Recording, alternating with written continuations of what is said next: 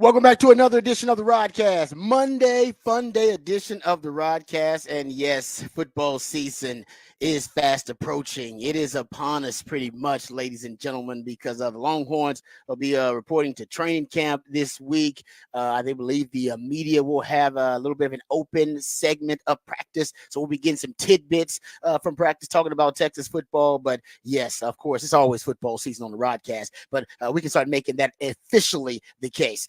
Coming up later on this week. Also, we'll get into other topics. We will talk about the Olympics, of course, going on right now. Give an update on the medal count. Talk about the men's basketball team, Team USA. They had some struggles a little bit early on in the exhibition games, but it looks like now Team USA is all about business. So we'll talk about that too coming up a little bit later on in the show. NFL news, notes, and nuggets. Yeah, it looks like Dak's gonna get his $60 million. The way the quarterback market's going, it is ballooning. We'll get to it. 2 quarterbacks got paid over the weekend.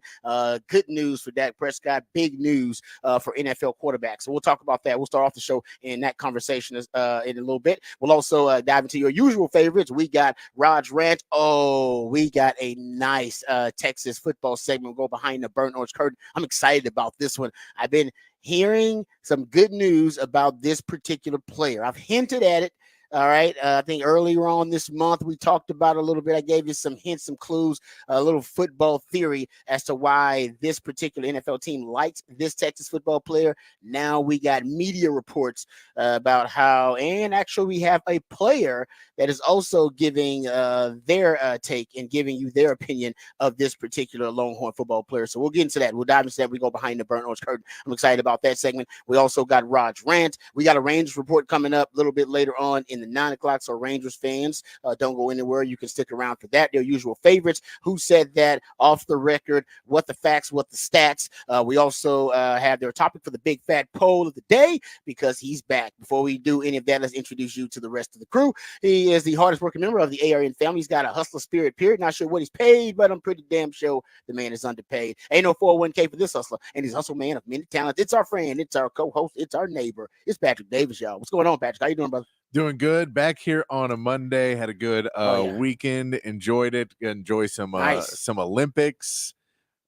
Tuning in and just seeing random different stuff playing throughout the week. It was just random competition. Just random. It is fun. Random competition is fun to watch. Yeah. Watch some fencing and then just flipping around the. I like that, and it's a little bit nicer in 2024 that you can just go onto the Peacock and just click through and be like, oh, I'm going to watch that now.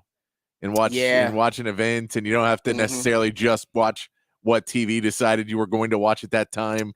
Yeah, that's I'm with you. That does help the experience. I agree with that 100%. No, you're right. I mean, I would say that it is, and we'll give you the medal count and all that kind of stuff too. But I'll agree with you. I think technology has definitely helped the Olympic viewing experience. It's better than it used to be. Yes. No doubt because you can do the old way, which is still tune in and then watch what they curate, and it goes pretty quickly. Or you can go ahead and watch whatever you want to watch and watch the full thing. So I've been enjoying that a lot. It's been an easy way to watch the Olympics as it keeps ramping up and we get into some more weird events that I keep, you just want to get further and further into it. It's the fun or the events that you watch and you go like, oh, I could do that. Yeah, I could do. I could. And I don't know if there's an event I watched that I think I could do that. You don't think you could do badminton? Man, it's a skill. I get that, their level. Still, when you watch it and you're just sitting watching, you're like, I could. If I trained for a year, I could do that. Not well. And no. And this is my point: is I understand fully that I couldn't. Like I get at the end of the day, but if I'm not that skilled, I realized if I was that skilled, I would have caught more than the interceptions that I dropped. That's the reason I'm top 5 all time in PBUs, and they weren't all celebratory PBUs. So I wasn't that skilled, but I was smart enough to kind of figure out the game in some ways, which is why I can explain it today. And I could run fast. Those were pretty much my thing. So that's why I tried to play basketball, wasn't skilled enough. Tried to play baseball. Baseball wasn't skilled enough to play baseball. And even in football, there are other positions I probably could have tried to pursue, like wide receiver, but a little bit more skill in it. So speed and instincts and really kind of football IQ is what helped me. So I'm not as skilled. I'm really not. Even to this day, I'm not that skilled at a lot of stuff. No, but skill is different. No, I get that. But this is my point, though, is you see all of that and you think, I could do that. And then about 10 minutes in, you start to realize, like, all right, there's not a chance. Like, you see them make a really good play or do whatever they're going to do, and you're just going, oh, no, because there's no way I could so there's always that point of it, and you just want to see them play against somebody normal and just be like, this is the best player from your town against them. And then they just get dominated. And you go, oh, okay, that's why these people are limping. Because it's not even always athleticism, like you said. Sometimes it's just skill. That's golf is kind of like that. Like, it's like, sometimes it ain't got nothing to do with your being just an athlete. That helps, but you got to have the skill with it. And it's like, nope, I don't have. I tried to play tennis, didn't have it. Tennis is a great combination of both. Like, tennis is a lot harder than people think. Have you ever tried to play tennis? Yeah, I played tennis all through high school. Dude, tennis is tough. So you played it. You're skilled, and you got skill. You like basketball too. Yeah, you know what I mean. Yeah, so that's not really my thing. No, I ran track. I played football. No, I had zero speed or athleticism. That was the hard part. I had none of that. It was just skill, though. Working hard to try and do anything I could. You had some skill, though. You got to have hand-eye coordination to play tennis. Yeah, hand-eye coordination is key to playing tennis, and that's why I could catch up to the ball all the time. It was being able to make contact. Can it put it right where you wanted to go? I really was. I was always there, and I would whiff sometimes. I'd be like, "Damn it!" Oh, you weren't the one that would hit it and then it would go over the fence. No. My problem was not that at all. I was fast enough to catch up to all of everything. I caught up to all the rallies. I could catch up to it. I just couldn't consistently be able to hit it back all the time. Like, literally, I would whiff at times, and I'd be like, "I can't do this. This is humiliating. I can't do it." So there you go. See, I think it's a different skill and athleticism. Not always the same. Everybody in the Olympics is both. Yes, not always. You don't always have both. Trust me. That is true. Let me tell you who has a lot of skill at his job that he does right now. My co-host. Yeah, this job. Yeah. My co-host. He's a proud alumni of DBU. He's got more papers than Dunder Mifflin and watches more film than Siskel and Ebert. He is the new Rod Father of Austin Sports Radio, Mr. Rod Babers. Yeah, no, I agree with you. I watched a lot of stuff and go, yeah, I got no shot at that. And now as I'm older, it'd have been nice to be skilled because then you can still do some stuff, some really cool stuff. I can't do any of that stuff anymore. I lost my speed, so I'm pretty much just a normal human being now. Oh no, that's and we go into the fact of that. I was like, do yard. That was my work, elite quality. Do yard work for an hour and a half, and you're like, well, I guess I'm in bed for the rest of the weekend. I've been over 12 times. It's over now. Yeah, like I'm basically Jen Pop now. I try to play. I can't play like basketball or anything. And now with the shoulder injuries, I can't even throw a football like I used to. So I can't even throw like my throwing motion. So I didn't even have the little skill I did have is now disrupted because our allow has been always corrupted, if you will, because I can't throw like I used to. I have to throw like Rich Gannon style, kind of sidearm. Can't get it out. Yeah, surgeries. I can't get the throwing motion over the top. Yeah. Oh man, trust me. As I said, I lost my skill. A little bit I did. Terrible. Terrible. Oh yeah, terrible. But say, I got to the NFL with no skill. You're like what I'm telling you. You're like I got always in the league without skill. You're like the worst Wizard of Oz character. The guy. I'll tell you, people are like, man, Rod B was also like, actually, I wasn't that great. That's why it took me a while to master to get. I didn't get a scholarship up to my senior year because it took me a while to kind of master it to figure it out. Yeah. Because I didn't have the skill just to break out and stand out. I had speed. And I was like, all right, I got to make my speed work for me. I got to figure out how to play this game where my one advantage is I can use it as much as possible in every situation. And that's why bump and run coverage was key for me. Yeah. Because when you play off coverage, you need more skill. You really do. Like, that's why a lot of guys who are slower, they'll play off coverage because you don't with bump and run. It's just, hey man, I made it attract me. I want to make it attract me. Let's make it attract me. Me and you. And the quicker I can make it attract me, the better. Boom. Bump and run coverage. And it really did. That's when my career kind of skyrocketed because I could just run track. So I can run with a lot of it. I could really run. And that was so kids, figure out what you're good at. You're good at something. Even if it's one thing, I guarantee you, if you figure out what you're good at, cultivate it, it'll take you far. You're good at two things: ran fast, talk fast, make careers out of them both. Boom. Really, the only two true skills I have. Boom. Ran with it. Trust me, you can do the same thing. All right. Before we get to the topics of the day, we'll also hear from my man Patrick. You can get the Horn headlines, but we'll come back and we'll give you a little Olympic update. We'll give the medal count if my man Patrick does give it to you in Horn headlines. And also we'll come back and discuss the new quarterback contracts. There's a new top 10, if you will, and a new hierarchy of the highest paid quarterbacks in the NFL, and we'll dive into that. But first, let's get updated, educated, and informed on all the top stories of the day with Patrick Davis and the Horn headlines. All right, your Horn headlines brought to you by Top Gun Rentals and Lawn Equipment. In the NFL, the Dallas Cowboys lost defensive end Sam Williams for the season with a torn ACL on Sunday during special teams drills. Williams had 8.5 sacks in his first 2 seasons and was third on the team in sacks with 2.5 in 2023, while only playing 28.3% of the snaps on defense. The Cowboys will now rely on rookie Marshawn Kneeland, who was selected in the second round of this year's draft, to step up. In the MLB, the Astros won their series against the Dodgers this weekend, 2-1. Houston came back to win Saturday's game in thrilling fashion, putting 2 runs up in the 8th to tie the game before Alex Bregman hit a no-doubt homer to left to walk off the game 7-6. The Astros now take on Paul Skeens and the Pittsburgh Pirates tonight, with Jake Bloss getting the start for Houston. And the Rangers were swept by the Blue Jays over the weekend and lost starter John Gray to injury on Sunday before even throwing out his first pitch. Gray felt discomfort in his right groin while warming up in the bottom of the first and had to leave the ball game before putting the Rangers bullpen in a bad situation, with Michael Lorenzen unable to make it out of the first inning on Saturday. Lorenzen did end up pitching 4 innings on Sunday's game, but the Blue Jays still came out ahead 7-3. Nathan Eovaldi is a scheduled pitcher for the Rangers tonight as they take on the Cardinals, with a trade deadline looming. And Team USA got a dominant 110-84 win over Serbia on Sunday, with Kevin Durant leading the way, scoring 23 points on 8 of 9 shooting. LeBron James added 21 more points, and the USA cruised to victory, even with Jason Tatum and Tyrese Haliburton not playing in the game.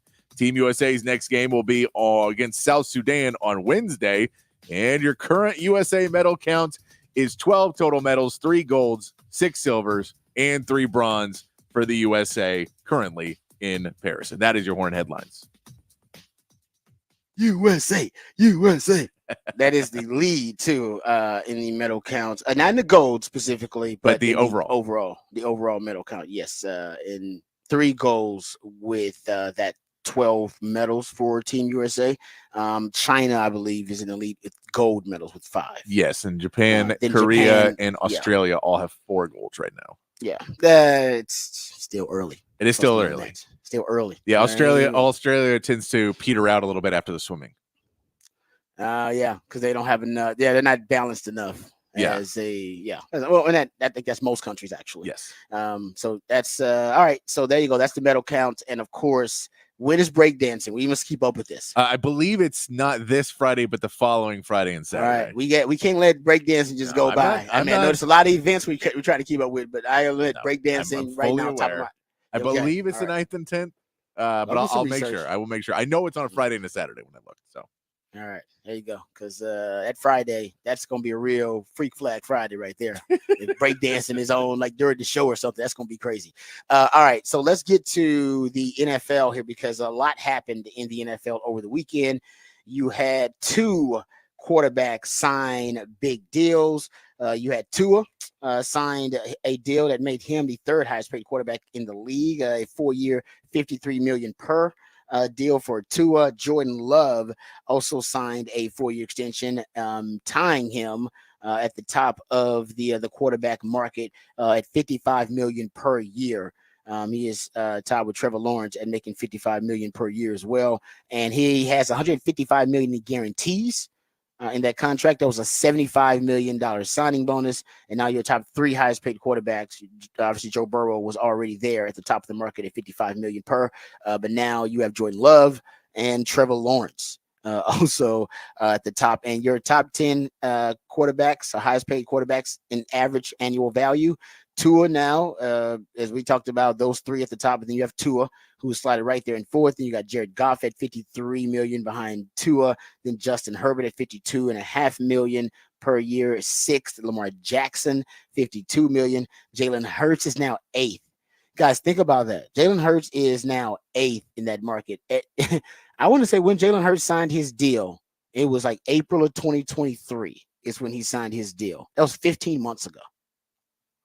15 months ago, he was the highest paid quarterback, actually highest paid player in the NFL. Of course, it's always the quarterback. And now he's the 8th highest at 15 months later. That's it. I mean, that's how quickly this QB market is moving. Then you got Kyler Murray, he's 9th. Then, of course, Deshaun Watson 10th.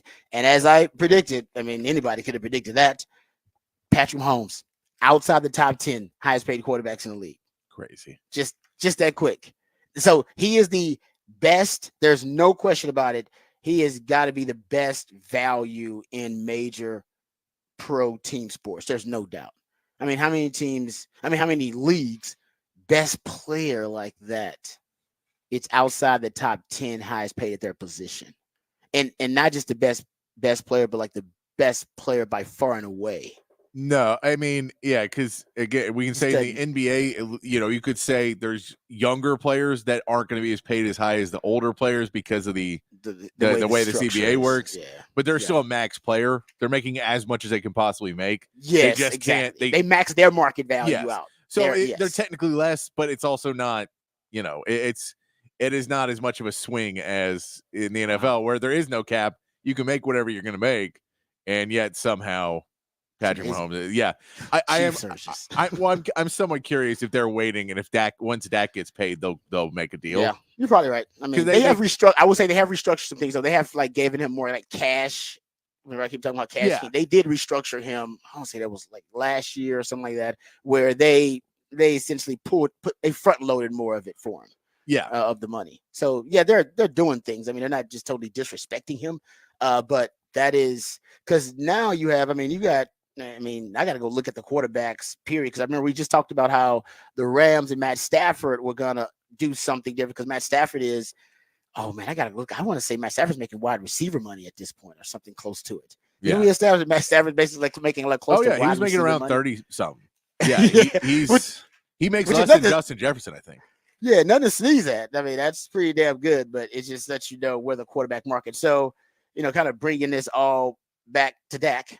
Not to sound like a Dr. Seuss book, but to bring it back to Dak, Dak's definitely getting $60 million. And now I see why some even said he could. Yeah, he's at $31 million a year. Matt Stafford. That's also what's crazy is there's 3 quarterbacks in the NFL who've won a Super Bowl right now.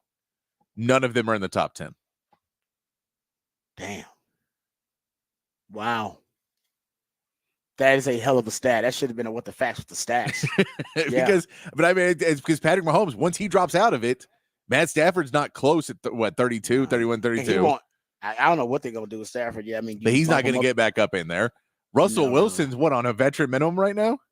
Oh man, I mean, technically, he's still got that Denver contract. So Denver paid it all pretty much, or whatever, their bulk of it. Yeah, you're right. The Pittsburgh Steelers are paying pennies to him. I mean, and that's your 3 guys who have won a Super Bowl that are currently in the NFL. Wow, that I did not think about, man.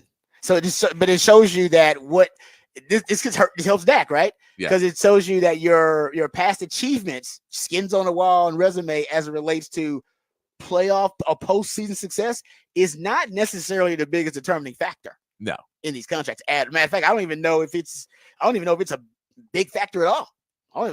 Maybe a small factor. Look at Jordan Love. Okay, I gotta give you Jordan Love numbers because they are wild considering. Yeah. And listen, he was great. He was really good for that second half of the season. But I'll give you some of these numbers about Jordan Love from weeks 1 through 9. And then after week 10, he catches fire. That's when he really transformed into a different player. So in the first half of the season, the first half of the season, he was 59% completion percentage, 6.6 yards per attempt. He had 12 touchdowns. Yeah. And you go look at it. So overall, you go look at it since week, and then the last 8 games, he had 70% completion percentage, 18 touchdowns, 1 interception, a 112.7 passer rating.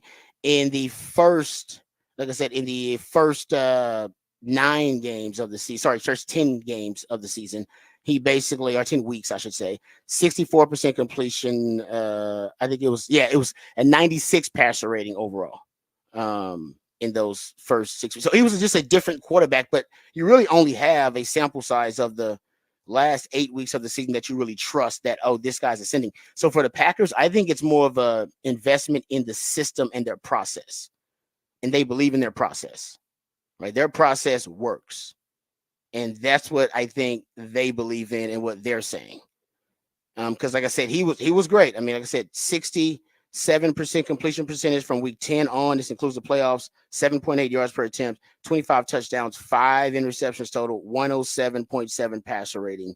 He was great. But first half, 81.9 passer rating, 12 touchdowns, 8 interceptions, 59% completion percentage. She just wasn't great, but he did flip the switch and figure it out in the second half of the season. He was a different quarterback in the second half of the season, especially in that. And then he went off on the Cowboys, of course, and beat them on the road as the youngest team in the playoffs, and of course lost to the 49ers. But he was spectacular in that second half of the season.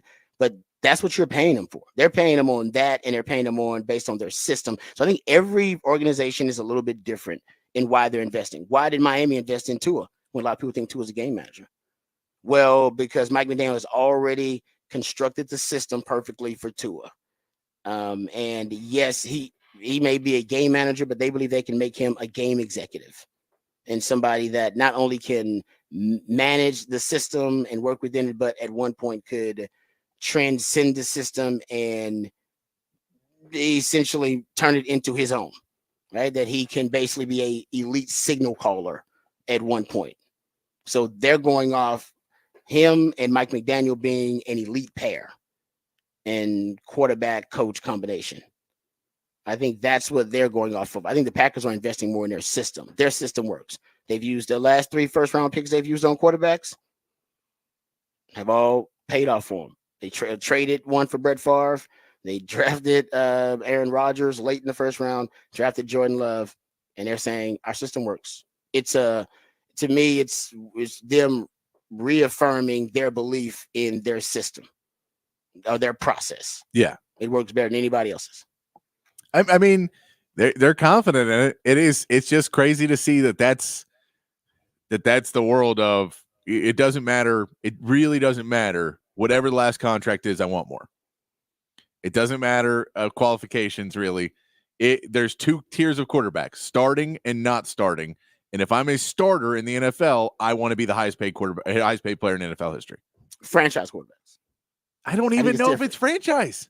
Yes, it is. It's franchise quarterbacks. I mean, think about it. It's not. It's guys who are considered the franchise. They're considered the face of the franchise. That's why they're franchise quarterbacks. That's why that's when you sign the starting quarterback. I get what you're saying, but I'm saying Trevor Lawrence is not technically a franchise quarterback, other than the Jacksonville says that he is. But he's not. Yeah, that's what I'm saying. Beauty is in eye of the beholder. I get that. It's right. Yeah, I mean, yes. Some people say Dak's not a franchise quarterback. It's like, yes, he is. Whether you like it or not, he is. No, but that's my point. Is Dak's done more in his career so far to say, okay, this guy's led this team to multiple winning seasons. Like, he's won his division multiple times. You wouldn't have said that before this year, though. He also wasn't the highest paid quarterback in the league. I know, but my point is everybody's got a different reason why they're paying these quarterbacks. I get that. But the one thing that connects them all is they're all franchise quarterbacks. They are. Whether you like it or disagree with it, they're franchise quarterbacks for now. For that team, yes. They have declared. That's when you pay them. That's the declaration. It's like, oh, he's a franchise quarterback, guys. In case y'all didn't know, Kyler Murray. He's when they draft him really high, the draft capital, and then they double down with the salary cap move. That's them telling you, hey guys, I did it. I proposed to her and I married her, guys. She's wifey. Well, that girl your friend's married that you don't like. It's like, guys, I proposed to her and married her. It's it. You got to accept it. It's done. I know you didn't. You don't like, man. I don't like her for you. It was too bad. Like, we're married now. Like, it is done. Y'all accept it and let's move on. So I agree with you. You could debate. Some people are like, man, Tua, franchise quarterback. Yeah, he is now. The debate is over. They just paid. He's the 3rd highest paid quarterback in the league. I know. It's crazy. Like, he's a franchise quarterback now. Game manager or not. Yeah. No, I mean, I get you, because you're not wrong what you're saying. I'm saying if you were to list all these quarterbacks and say, would you rather have Tua or Drake May? Most people would take Drake May. I don't disagree with that. I don't. And so I think that's where you go. If you would rather take the mystery box in your quarterback, then it's hard to believe that guy should be the highest paid quarterback in the league. I really don't. Yeah, I think you're right. I think that's the problem, right? Inherently, this is the issue. We're like, guys, this can't.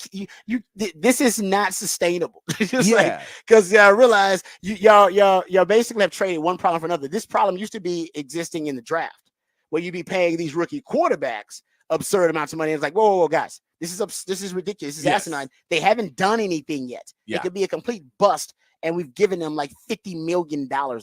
Can we do something different? It's like, yeah, rookie wage scale, rookie cap. All right, good job. And now they're like, so we can get that money to the veterans, which is great. And these veterans they deserve it. But I'll admit the pace that we're on, like I said, 15 months ago, the highest paid quarterback was Jalen Hurts. He's 8th now. Yeah. He will be out of the top 10 when Dak signs his deal, and then Purdy's going to sign No, a deal, you're basically sitting at the fact of anyone who's drafted, if I can keep the starting job, and when my contract's up, I will be the highest paid player in the NFL. All I have to do is keep the starting job. Because if I keep the starting job for 3 years, I'm a franchise quarterback. Well, you gotta at least show some. He'll be Daniel Jones, but Daniel Jones got paid. Daniel Jones got paid. He didn't get paid like top of the market money, but he got paid. That was a year ago. It was 2 years ago. Making more. He would have got more money than Matt Stafford. He would have got paid. He would have got paid $55 this year if he was a free agent. It was the same concept. Don't say that. That's he would have. I would have put him at 50 at least. I'll give him 55. Daniel Jones. He would have. Oh. But no, I don't do no. They're just based on precedent, which is so. It's just funny because they choose to ignore certain contracts and act like they didn't exist, but they're so strict about, well, this quarterback made this, so hey, I'm up for a contract, so I got to make as much, if not more than them. They did the Lamar Jackson, but the Deshaun Watson contract never happened. Yeah, never happened. We don't even know. It never happened. I wonder if there's a part of me, the conspiracy part of my brain, wants to believe this is partly the owners doing something to mess with the CBA, and they understand they can't mess with it until they load it up so weirdly that every other player in the league will be against quarterbacks, so that they can say, you guys aren't going to make any money because the quarterbacks are going to take all of your money. So you have to vote for an 18th game, and you have to vote for this way that we can now pay quarterbacks outside, so we can pay you guys this, like a way that they can basically, if they don't have the precedent that every quarterback makes the most money of all time, then it's harder for them to pass something, because the CBA will not fight it or the CBA will fight it more than if you basically make it, hey guys, we're trying, but quarterbacks keep asking for too much money. So go complain to your quarterback that the reason why you guys are all not making money is because of that guy, not us. It's that guy. And I wonder if there's part of it that's that there's a plan by the owners that, hey guys, we're always going to pay our quarterbacks a ton of money, but what'll happen is eventually it'll even out in our favor. No, I mean, I don't disagree with that. You could be right about that. I mean, that's class warfare, and they're good at it. Yeah. The billionaires are great at it. They really pit the NFL, the have and have-nots of the NFL, basically, because most of the NFL are Jags, like Rod B. You're in and out. You're 3-4 years at most, and you're done. And then there's the minority, which are second contract guys, big contract guys. That's the minority, and they usually pit the Jags, like Rod B, against the big profit guys or the big contract guys, because we know I need my money now. Yeah, those big contract guys, they're like, hey, we should hold out for more guaranteed contract. Yeah. We should hold out for better health care. And they're right. But when I'm in the league, I just need my, couple of few million, because that's the reality is I'm a 3.5 year guy. That's the average career, lifespan of a player. Yeah. I can't afford to be holding out and, and missing time and missing checks, because I know my career span is just going to be really short. Those guys who've got their second contracts, they're all, hey, we should play hardball here, guys. We should hold out, but they're always going to lose, because 65% of the league are just Jags and jabronis, and that's who the billionaires are. That's who they're trying to win over in their strategy, and they do a damn good job. Yeah, because we don't have guaranteed contract. The NBA and the Major League Baseball, they don't worry about that. Everybody paid. Yeah, everybody's paid guaranteed money. So everybody living good. Everybody's like, dude, they can't split us up, because we all living good. So yes, let's play hardball with these billionaires and get what we want. Yeah. NFL, nope, class warfare all the way. And they're brilliant at it. No, and so it's part of me, but then again, it could just be owners want quarterbacks, and they're going to pay whatever to keep them. Yeah, we could be jumping on conspiracy. It could just could completely be that too. So and they're rare. Rare scarcity that determines value, and they're just is rare. And that's why the Packers, they're saying hey, our system works, our process works, and we're good at drafting these guys. But again, the only 3 active quarterbacks in the NFL who have won a Super Bowl are not in the top 10 paid quarterbacks. I'm not gonna lie, that's mind blowing. I'm not gonna lie, that is. That's a crazy stat, but I think it just goes back to what we were talking about. Your past accomplishments and your accolades don't matter as much in this conversation. It's more about the potential and your potential and perception, really. Like you said, are you the franchise quarterback? Like, yeah, that's me. I am. Yeah. All right, then you perception and precedent, and that is kind of what we're looking at here. It's like, oh no, the perception is he's the franchise quarterback, and the precedent will set that franchise quarterbacks make how much? Okay, 53. That's what we need. It's like him? Yeah, him. 53. Yeah. Wow. It's fascinating. All right, there you go. We'll talk some more quarterbacks, of course, quarterback stuff on the show coming up later on. But that's good news for Dak Prescott. Bad news for Jerry Jones. Might as well get that deal. That's why you get him done sooner rather than later. What you waiting on? That he won't be the highest paid quarterback because he's running that option all the way to the sideline while leaves are falling. And I love how you combine 2 Jerry Jones random analogies there. Good. The leaves falling with the option that he's been running with in the option for so long. Which still, I don't know if Jerry Jones knows you can't run it all the way to the sideline and still pitch it. The guy's on your outside. You pitch the out. You don't pitch back inside. So you're pitching out. So if you're on the sideline, he's out of bounds. It's over. I don't know if he knows that. I mean, that's why the analogy fits a little bit. It's like it does. You realize you just pitched it to him out of bounds. That's what you're describing right now, right? That's what we like to call a fumble. Oh, like Patrick Mahomes. It's like, what? Patrick Mahomes? Why did you throw him in there? Remember things through Patrick famous option quarterback Patrick Mahomes. Like Mahomes. We're like Mahomes? Are they running the option? What's going on? All right, there you go. So we'll come back. We'll get into some Texas football conversation. This player is getting so much buzz. Got separate media reports about him. And I even brought him up last week because I found a nice connection between he and this team. This guy's got a real shot at making the roster. We'll talk about it when we come back right here on the Rodcast featuring Patrick Davis. I'm Lifetime Longhorn. Rod Davis coming back on the horn.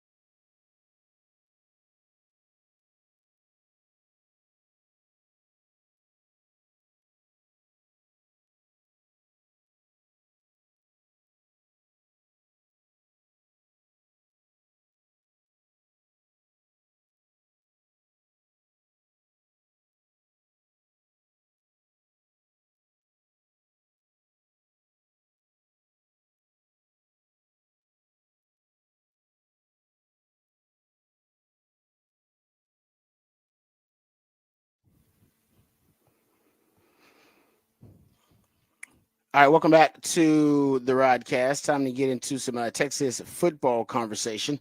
Of course, getting ready for Texas to start training camp, which they will this week, and I believe they're going to have some media availabilities. Also, they're going to have, I believe, they're going to have the coordinators available too, which they don't do during the season. So you don't get a chance to talk to PK a lot. We don't get a chance to talk to Jeff Banks a lot, or Kyle Flood, and I believe they do that once before training camp starts. They did last year, and they'll do that again. So that'll be really fun to get a chance to hear from PK and hear from Coach Flood and Jeff Banks, who just got married, by the way. Oh, yeah. And over the weekend, we did get the news that Coach Sark and L'Oreal getting divorced. I guess that is relevant news and behind the burn orange curtain. So that's sad. They released a joint statement. Yes. They were getting divorced. And Longhorn fans, y'all are the discussion. Longhorn fans are all about their football team. They really are. And they, express their, obviously sadness over the divorce. And then the conversation on Twitter switched to, so do we think this is going to be a distraction for the team? And I was like, well, I don't think that's really the first place we should go with the discussion. But I will say it could go either way. Like, I don't think it's going to be a distraction for the team. I mean, divorces happen in any profession, every industry. Yeah. I mean, and by the way, I think Starks has been divorced before. Yes. Right? It says this is his second marriage, if I'm not mistaken. Yes. So, I mean, Sark has dealt with it. And it seemed, we don't know anything. All right. It ain't mostly our business. He's a public figure. So they wanted to make a statement because they knew it was going to break anyway. But it seems like it was amicable. I mean, they released a statement together, at least. So that's better than most divorce couples. They can't even agree on that. At least they can agree on something like that. So we'll see. But you know what? I have a take on this because there's a story that I think relates to this. And I've always said coaching is one of those. It's tough on families. Like you don't see dad that often. Whoever's coaching. If mom is coaching usually at the highest level of coaching, you don't see that person very often. And it's really tough. It's tough on families. That's why I've had offers to go into coaching and I was like, nah, I'm good. Because it's tough, especially when you're gonna be moving around, that kind of stuff early on. He isn't doing that. I mean, he's at the top of the profession now, but still devoting a lot of time to recruiting and being the head coach, all the obligations. So, I mean, you gotta have a wifey that's devoted to that. I remember asking my wife now when I got a couple of offers. We've probably been dating for like 3 years, and I was like, "Are you down with to be a coach's wife?" I kind of told her about it, and she's like, "I don't know if I signed up for that." And I was like, "Yeah, no, you gotta want to do it. Like you gotta be, because if not, you'll end up ultimately divorced. Like you gotta have somebody that's down with that cause and wants to support you like that. If not, hey, it's like I said, it's a lonely life at times for the other side of the family." All right, let's get to this story because I've been seeing reports about this guy in several different media outlets have been reporting, of course, on training camp. Everybody's got local reports, but the Rams, I've seen two different reports. One from Charles Robinson, who covers the NFL, and he's covering the Rams, and he had a little blurb about Jordan Whittington and his rookie to watch. So he basically had a write-up about the Rams. And one of his little write-ups, number 2, here says 6th round wideout Jordan Whittington won't replicate Puka Nakua's breakout rookie year, but long-term development, in quotes here, Deebo Samuel-esque tools. We all know that Jordan Whittington in high school was a do-it-all player, two-way player, played safety, played running back, played wide receiver. I mean, played everything. I mean, he was one of the best football players in the state of Texas. And actually came to University of Texas and initially under Tom Herman played running back before the injuries and all that kind of stuff. And once the injuries set him back, they decided to, specifically focus for him on one position. But he was a guy they thought could be a hybrid player. And I remember being excited about that, like I said, until the injuries. So here is his write-up here, at least in its entirety. Rookie to watch. The top guys taken in the first 3 rounds of the draft are obvious, but this has been a staff that has hit on surprises and rebuilt parts of the roster in the latter rounds. 6th round wideout Jordan Whittington could fall into that category with size and versatility that could carve out a Deebo Samuel type role if he can stick around and develop. No, he's not going to have a Puka Nacua impact off the jump, but he has interesting long-term possibilities. And now you can afford to invest in a developmental project because you're expanded the practice squad. Guys can stay on the practice squad for longer. And like I said, this is actually a perfect situation for, I don't know, a wideout who a late round draft pick or undrafted free agent, because they have a history with wideouts like this, later round picks, mid round picks who have flourished in their system.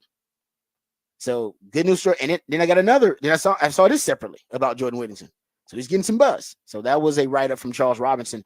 This is a quote from Inside Rams camp I found about Jordan Whittington. This is from Cooper Kupp. They asked Cooper Kupp about Jordan Whittington. Cooper Kupp said, what he's done, he's been so impressive. The learning curve is so fast for him. He's really come out. You see him getting reps with the ones here too. Pretty special dude. He's got some gas also. I think that means he can run. I think that's what the young kids mean by gas. Yeah. I could be wrong. But this is, a guy, Cooper Kupp, I'm sure, who's the leader in that room. And he's saying, man, this guy's learning. The learning curve is so fast for him. Special dude, getting some reps with the ones. I like that. And that's probably just a training camp thing, but so should the coaches like him. They trust him. You get the reps with the ones means we trust you not to F up our practice by having a mental error out here because you don't know where to line up or you don't know what route to run. Your alignment and assignment sound. And to be that way early on for a rookie says a lot. Says a lot. My man, Jay Witt. I'm on the record for saying Jay Witt. I remember when he got hurt, I said, Jay Witt's an NFL player. I just don't know how he's going to get there. See, I don't know how he's going to get there because the injuries and all that. I was like, but if you just watch him play, like, that guy's an NFL player. And even his initial athletic profile, the guy was a freak. He didn't go make that high school. It was the injuries that we never knew if he was going to be able to be durable enough for an entire season. But we've seen that before, right? We've seen a Bo Scaife, my dog, right? We've seen him 3 knee surgeries, and then everybody thinks, and Mac Brown suggests, hey, man, I think you should give up football because I don't want you to be essentially hobbled for the rest of your life with not even being able to enjoy quality of life. That's why Mac Brown went through a lot of knee surgeries. Mac Brown is going through knee replacements and stuff like that. That's why Mac Brown went to him and said, hey, man, you're going on 3 knee surgeries here. And you're not even 25. I mean, this thing could be debilitating for you. And my man Skis kept with it and became an NFL player. Was he the same player that he was prior to the injuries? No. But still an NFL veteran. I mean, multiple contract guy.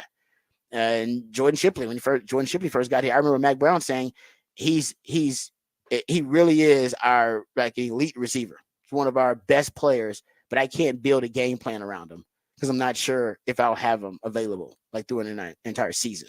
So I don't want to build an identity around like that.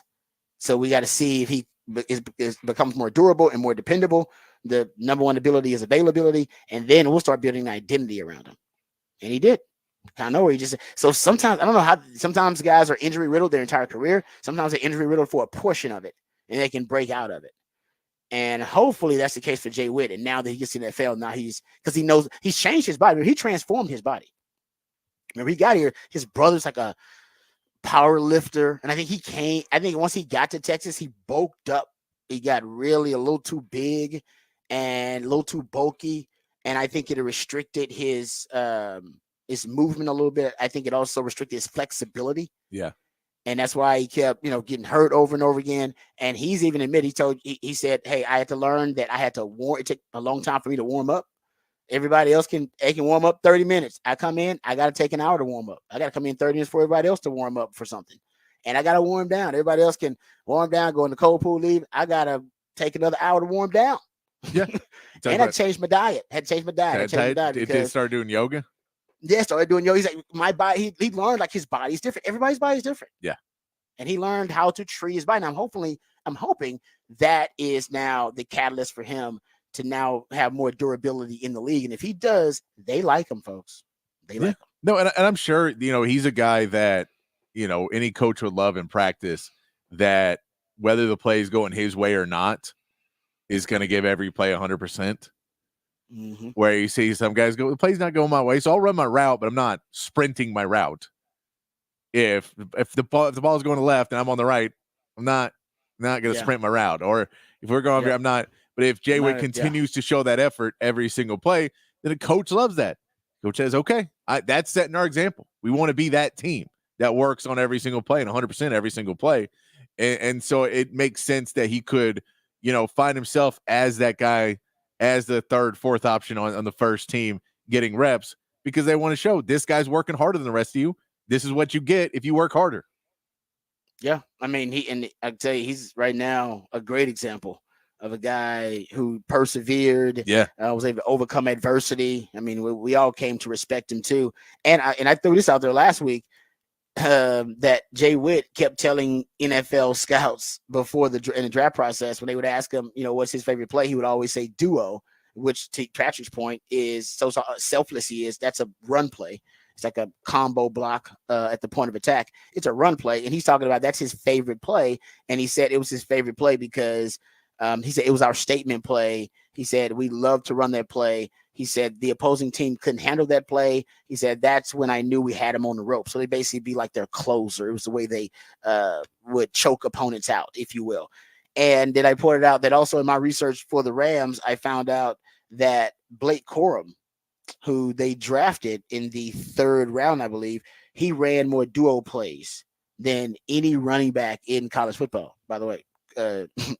Longhorns, that means Michigan's going to run a lot of duo because they still got the same offensive coordinator. But I digress. And that was one of the reasons the Rams loved him, was that they love to run duo, and he was a running back that knew how to run it. And last season, the Rams ran more duo. They led the NFL in rushing attempts, rushing yards, and yards after contact, rushing touchdowns, and EPA out of that play, running that play duo. And Kyron Williams, who they drafted, I think, in the 5th round, he was a really good running back and led the NFL in attempts, yards after contact, touchdowns, and EPA running the duo play. And now you got Blake Corum, who ran duo more than any running back in college football, who can run your bread and butter play. You got Jay Witt, who can block your bread and butter play, as well as any wide receiver probably in college football. Remember what Sark said? Best blocking wide receiver in the Big 12. And I imagine one of the best in the country because he's so enthusiastic about it. So you got one of the best blocking wide receivers for your bread and butter money play. You got the best running back, or at least the most prolific running back for that play in college football, in Blake Corum, who you drafted. And that's what you're going to be running a lot of. So maybe that's also a reason why they like Jay Witt. He knows how to block their favorite play, understands it. It's his favorite play to run, period. So I think that's one of the reasons they were attracted to Jay Witt. They like the mindset, but also even translating the skills like that. So that's one of the also the nuggets I brought up last week about him. But now I'm hearing more and more buzz about Jay Witt. All right, that's good stuff. We'll come back. We'll get into topics for the Big Fat Poll of the day, and also we'll get to the musically themed day of the week right here on the Rodcast featuring Patrick Davis. I'm Lifetime Longhorn Rod Davis coming back on the horn.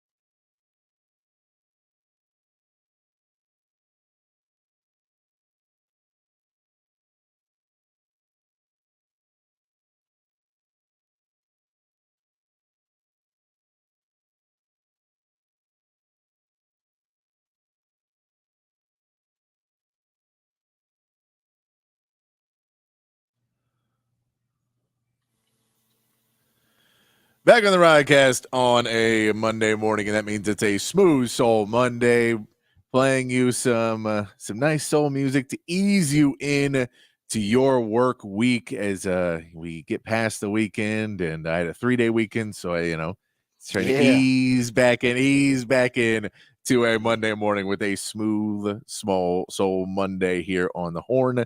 Let's get to the big fat poll of the day. Text line is open 512-447-3776, and we will get this posted up at the Horn ATX on X. Patrick's big fat poll of the day on the Horn. So we know that the Cowboys lost Sam Williams over the weekend. He was a piece that they were hoping to add several sacks to the Cowboys total over the next season. They're going to have to figure out another person to add those sacks, but it was leading me to the question about the Longhorns, about who will be the Longhorns sack leader this season. There is a lot of people that are on that list. We've talked some about who will be the starting defensive end, who's going to be getting starting, who's going to be playing, but let's ask the question now. Who's going to lead the Longhorns in sacks this season? We know Trey Moore is the clear leader. If you take UTSA being able to him able to take it to that next level. He had 14 sacks last season. So that would be the one that would be the clear answer. If you believe his game will transcend into SEC play, then it's Trey Moore. Anthony Hill had 5 sacks last season. They use him more in places to get him stacks up. Ethan Burke, 5.5 sacks last season, led the Longhorns. Is that your guy? Barron Sorrell had 4 last season. He'll get a little bit more playing time this season as well. You may say it's one of the young guys, Vosick, Finkley, Simmons, one of those guys that steps in and gets those positions. You may even say it's one of the new defensive tackles. I mean, Byron Murphy had a number of sacks last season as well. But that is your question. Who will lead the Longhorns in sacks this season? I'm going to go with Trey Moore. I think that's the easy one is when we take a trans. Yes. Yeah, I'm going with the obvious pick. I know the other one I'd probably go with is Anthony Hill. I don't know if they move him around, but they got so many guys now on the edge. I don't know if they're going to move him around the edge as much as they did last year because they have so many guys, and they don't have the stabilizing force they had in the Jalen Ford like they had last year. Yeah, so I think he's going to kind of replace Jalen Ford and now be the guy in the middle more. And they have an embarrassment of riches now on the edges, and you just went through all those guys. I don't know if you actually kind of needed him on the edge last year. You didn't have enough dynamic, playmaking potential on the edge. Now you have so much. I mean, that's one of your we assume one of your most impactful positions. So I'm going to go with Trey Moore, but I would not be surprised at all if Ethan Burke took a huge step too. I like his raw material he works with. I mean, I love Barron Sorrell. Barron Sorrell, I don't know if he's a natural pass rusher. Yeah. He's gotten better and transfers, but I don't think he's natural pass rushing ability. Ethan Burke's got some of that. He's got a hell of a motor. And Trey Morris, he brags about his own motor, but he's your best natural pass rusher. Yeah, I mean, I think you also throw in the fact of we have to see what they do with the defensive tackle and how those young guys step up in that position, where last season you had a little bit more room to play on the edges, and Anthony Hill had a little bit more room to play because you felt so good in your run defense with Chavondre Sweat and Byron Murphy there that you weren't as worried. And now if you say those guys aren't necessarily the wall they were last year, even if they're decent, you may have to allocate a few more resources to stopping the run in a SEC that wants to play bully ball at points and wants to, dictate the line of scrimmage on the offensive end. They may be trying to push you and just run the ball at the middle. And if they do that, is Anthony Hill going to have to spend a lot more time in run protection? Are you going to help your edges spend more time and not just blitz them as much because they're running right past them? That'll be an interesting point to see as well. If those guys step up in the defensive tackle room like they did last season, then, that gives everybody a lot more room to play. Yeah, you're right. That's why they had him on the edge, because they knew they'd get one-on-ones consistently because you had to devote so much of your manpower and resources to stopping Chavondre Sweat and Byron Murphy. I mean, it's going to take 3, maybe 4 of your guys to block them too. So on the outside, you got no help for anybody. They would not get any help. So I think you're right about it. So I don't know. I think Trey Moore right now, but that's an easy answer. I could see it being 2 other guys potentially.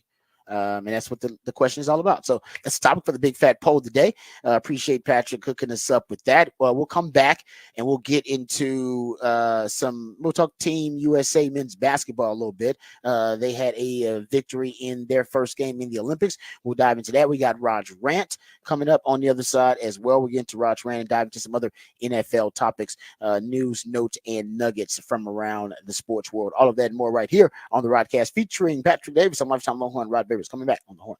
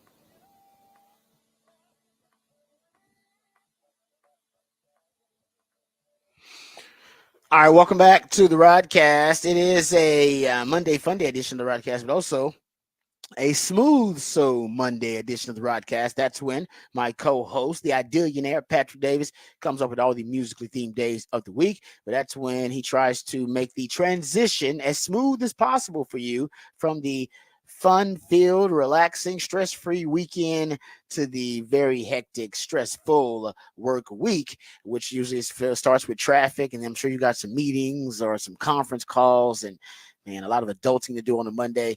That can be really stressful. So in order to ease you into that stressful situation, he likes to do it smoothly with a smooth Monday. That is the purpose. So we appreciate Patrick hooking us up with a smooth Monday. We also appreciate him hooking us up with the topic for the big fat poll of the day.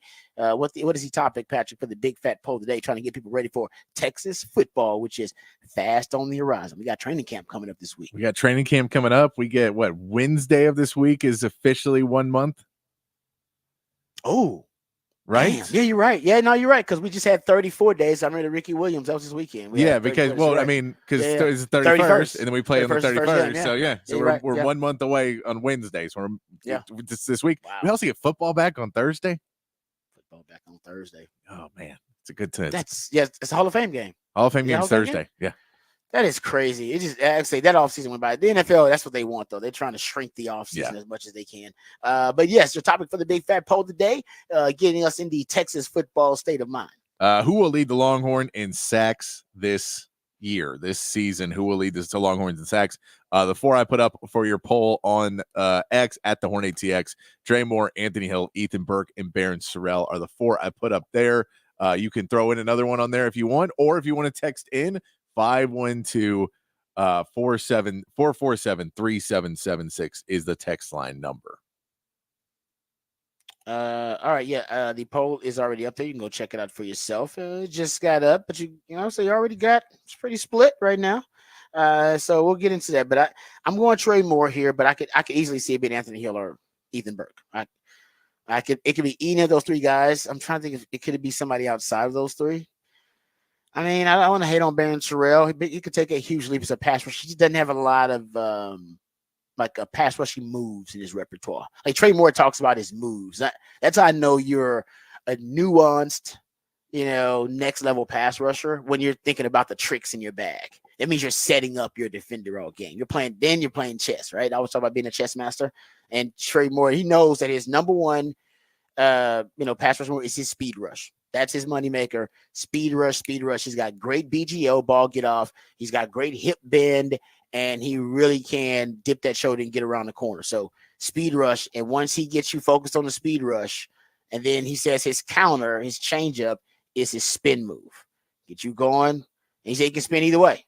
So he can spin outside, spin inside, but usually going to get you going, trying to cut him off on the speed, try to cut off his angle to the speed rush, and then he can spin back inside. And you can see him use it a lot. He uses it pretty well. That's how you know you got a nuanced pass rusher. Now, Sark is, and this is, I've always said that pass rushing it's kind of innate.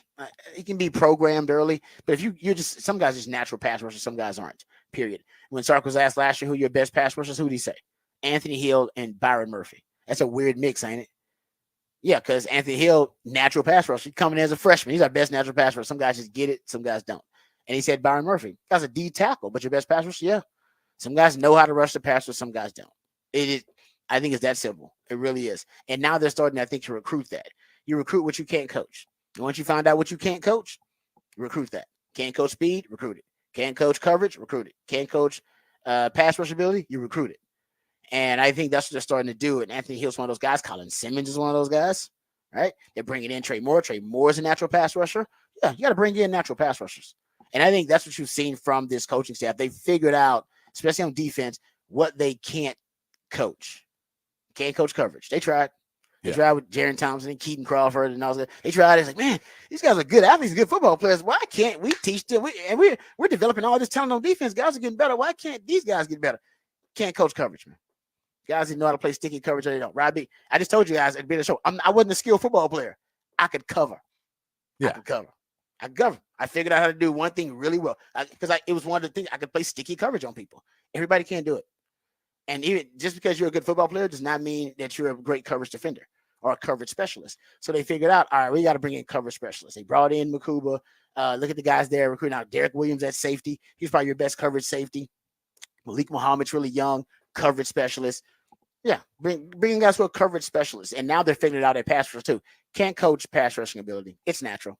From what I've seen, all the great pass rushers I've known, they were great pass rushers when I first laid eyes on them. And they ended up just refining and cultivating that talent, but they were always really skilled. One of the greatest pass rushers in Texas football history, Jackson Jeffcoat, but just an elite, just a natural pass rusher.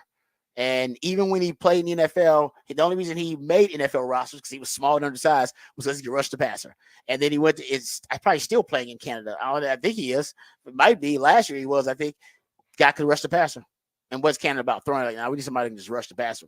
He'll always be able to get a job playing pro ball somewhere because he can rush the passer. It's a natural pass rusher. That's why you go look at the guys who have had double-digit sacks at Texas recently. I mean, they always kind of been that natural pass rushing category. I think it was Cedric Reed was in there too. Alex Okafor was one of those guys. Charles Omenihu damn near did it 9.5. Charles Omenihu was a natural passer. Go look at him at the NFL. He went to Texas. He could rush the passer really well, no matter where he was. 49ers brought him, rushed the passer really well. Some guys, was it Kansas City? Was that who he's with? But then he got hurt. He can rush the passer. Somebody will always pick him up because he can rush the passer, guys. It's natural. Ain't no coach out there that I can teach. You can't teach it. You can help guys develop a skill and develop a new move, and you can help them get a little bit better. But if you want an elite pass rusher, man, go look for him out of high school. You can see him. Some guys got it. Some guys don't. Yeah. No, it's always in basketball when you're drafting a point guard. You want to find a guy who's a really good basketball IQ and really good court vision. You know, I'll teach you to shoot. I ain't teaching you to shoot all day. But if you can shoot and you don't know how to see and pass, I can't teach you how to see a court. Exactly. Who can teach that? Like I can't teach that. No, but that's exactly. It's the same thing with pass rush. If you don't have that feel for it, if you have to think every single time that someone put the hand in your left shoulder and you have to think about what to do instead of just instinctually doing it, it's too late. Balls off. Yeah, exactly. Yeah, I'm telling you, I'm not that good as a coach. I'm not that good. Yeah, I'm not that. I can't make you faster. I can't teach you coverage. Just find those guys, and then all the rest of the stuff, man, you can teach all that other, like you said, the basic fundamentals of the game, the technique. I can teach you all that stuff, and I think that's where Texas is going now. Defense, I think it's going to pay huge dividends for them. That's a good question, though. So go check it out at the Horn ATX. All right, let's get updated, educated, and informed on all the top stories of the day with Patrick Davis. Then we'll come back and dive into the Team USA's men's basketball first win in the Olympics. But first, the Horn headlines with Patrick Davis. All right, your Horn headlines brought to you by Top Gun Rentals and Lawn Equipment.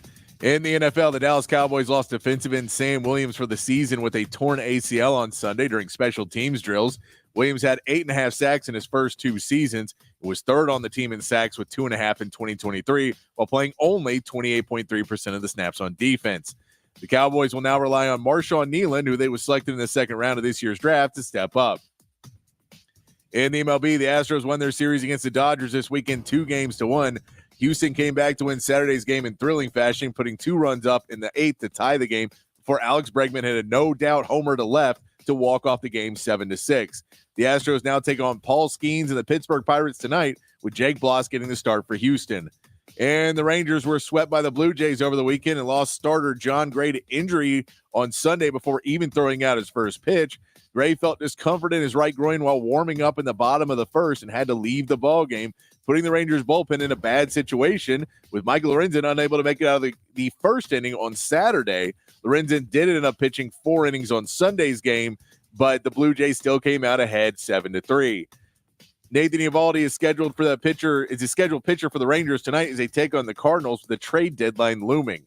And Team USA got a dominant 110-84 win over Serbia on Sunday, with Kevin Durant leading the way, scoring 23 points on 8 of 9 shooting. LeBron James had added 21 more, and USA cruised to victory, even with Jason Tatum and Tyrese Haliburton not playing in the game.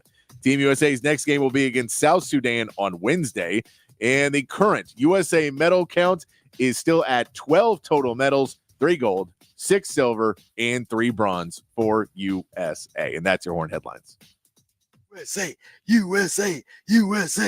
I love that. Have you been have you been out somewhere to watch the Olympics? No. Or you always watch them from the house? No, I've been watching from the house. I just haven't. Okay. I wonder if what it's like to go out and watch an event. I wonder what the biggest event. Well, it's hard too because the Olympics aren't live. Yeah, so it would be at the bar at 10 a.m. I mean, well, technically, you could do they're still going to 2 or 3. They're still going later, but yeah, I guess you're right. It's a weird time to go kind of Team USA played at 10:15, 11 yesterday. I think 10:15. I think was when they played yesterday. So it was something like that. It was early enough in the morning. You're like, I'm not going to be out.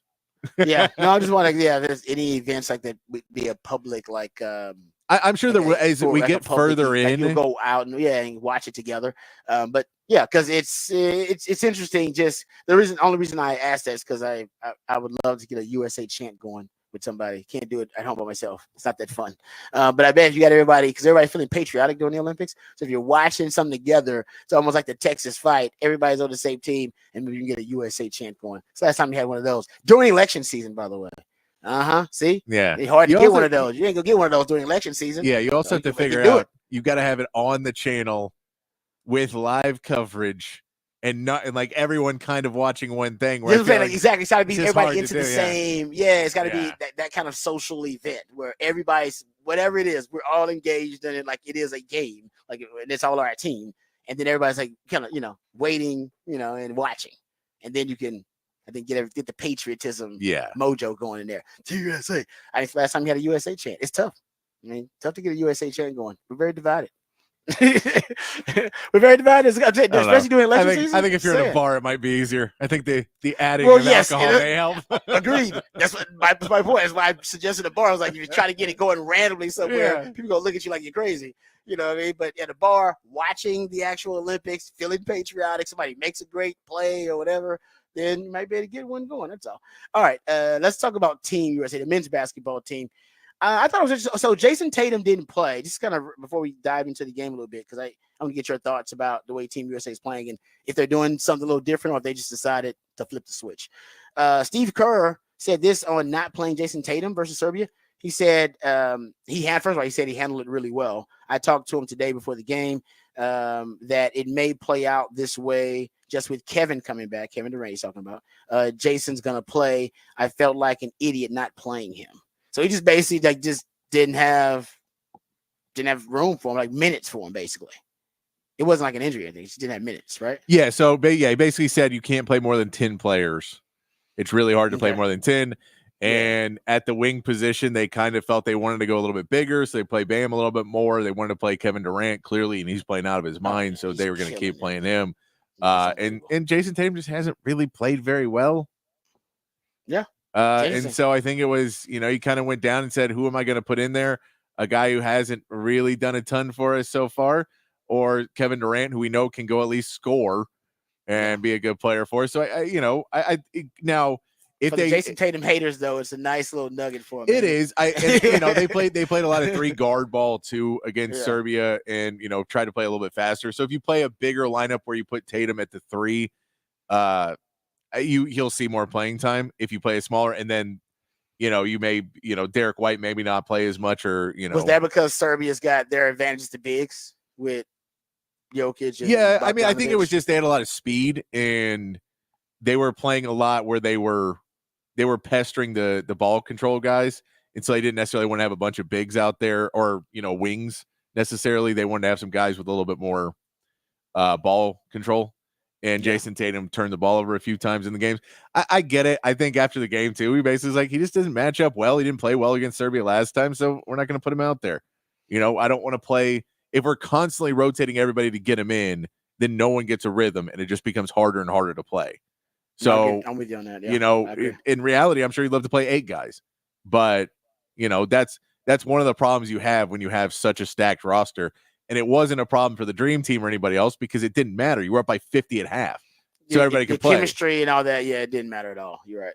In these games, it matters a little bit more because you're not going to be able to just blow everybody out. I mean, they got a big one in this one. But it was a game where, they would pull up a lead and then Serbia would try and push it back a little bit, hit some big shots. USA would get careless with the basketball and Serbia would hit some big shots. And all of a sudden, it'd be back down to like 11 or something like that. And then USA just comes back and takes it back into control. I mean, it's fine. KD makes a huge difference. Oh, yeah. He's like, they look like a different team with KD out there. Oh, no. So, I mean, anytime you shoot 8 for 9, that's going to change everything. LeBron's been playing out of his mind right now. Then you added another person who is playing just next level. And so you 2 people can do that. Steph Curry's still going to be able to hit his. He's going to have a couple games in this where he probably hits 4 or 5 threes in the game. Devin Booker shot really well from 3 as well. That's going to be a big piece as you get further. And you're probably going to play France at some point. Your 3-point shooting is going to have to be good when you get to play France because they have so many bigs. They were over 50%, I believe, right, in this game? Yeah. And so, you need that 3-point shooting to be better than it was when you were playing in the prelims, your exhibition games. But overall, it was, there's going to be stories because in today's game, if you don't play Jason Tatum and he's, supposed to be a top, 5 player in the NBA right now, and this is going to be, he just won an NBA title and everybody thinks this is going to be his breakout. And they also didn't take Jaylen Brown, So you don't take Jaylen Brown, you take Tatum, yes, and Tatum doesn't play. All the storylines lead up that he's supposed to have this breakout. But again, he is not an assertive player, hasn't been his whole career. He's never been the most assertive player he's not Anthony Edwards. Anthony Edwards is give me the ball and I'm going to go score. And Jason Tatum, no, I'll play team basketball. You're supposed to be one of the best. Take that ball and go show what you can do. LeBron's been doing it. Kevin Durant clearly went and did it. He wants to go do that. So you have guys like that. Steph Curry will take those threes when he can get them as well. So guys that know what they can do. But yeah, the Kevin Durant edition, it took a team that won all its exhibition games, and then if he plays like that throughout the rest of the Olympics, it's over. Yeah, that's huge. And I mean, and you're adding in another guy who won't admit it, but he's a 7-footer. Probably the most skilled 7-footer, other than 7+ footer. Him and Wemby, I guess now is in. Durant's still got to be that guy until. Yes, exactly. I totally agree with you. And they're just a different team with KD out there and LeBron playing at a high level. If he plays like that and he's healthy the entire Olympics, maybe they will be like that dominant force, and there won't be any really competitive games. They got to play South Sudan. They get their rematch when they played them in the exhibition, beat them by 1 point. They came down to the wire, and Royal Ivy coaching that group. And congrats to Royal Ivy because they beat Puerto Rico 90-79, South Sudan. First ever Olympic win for them in Olympic competition and for Royal Ivy. So he is no longer kind of one of the best kept secrets in the coaching world in the NBA. It's out. So everybody will be trying to steal and poach the Rockets assistant. Probably the next year. He'll probably be with them one more year. He'll start getting interviews finally and start getting that in real consideration. He does. Yeah. He 100% does. I mean, what he's got this team playing as, and that's going to be a hard matchup for USA on Wednesday. You get to go play against South Sudan again, and now you add in Kevin Durant. It helps out. But this is a team that one thing is we saw Serbia again. Serbia played really well against them in the first half and just faded away in the second. South Sudan did not fade away in that game.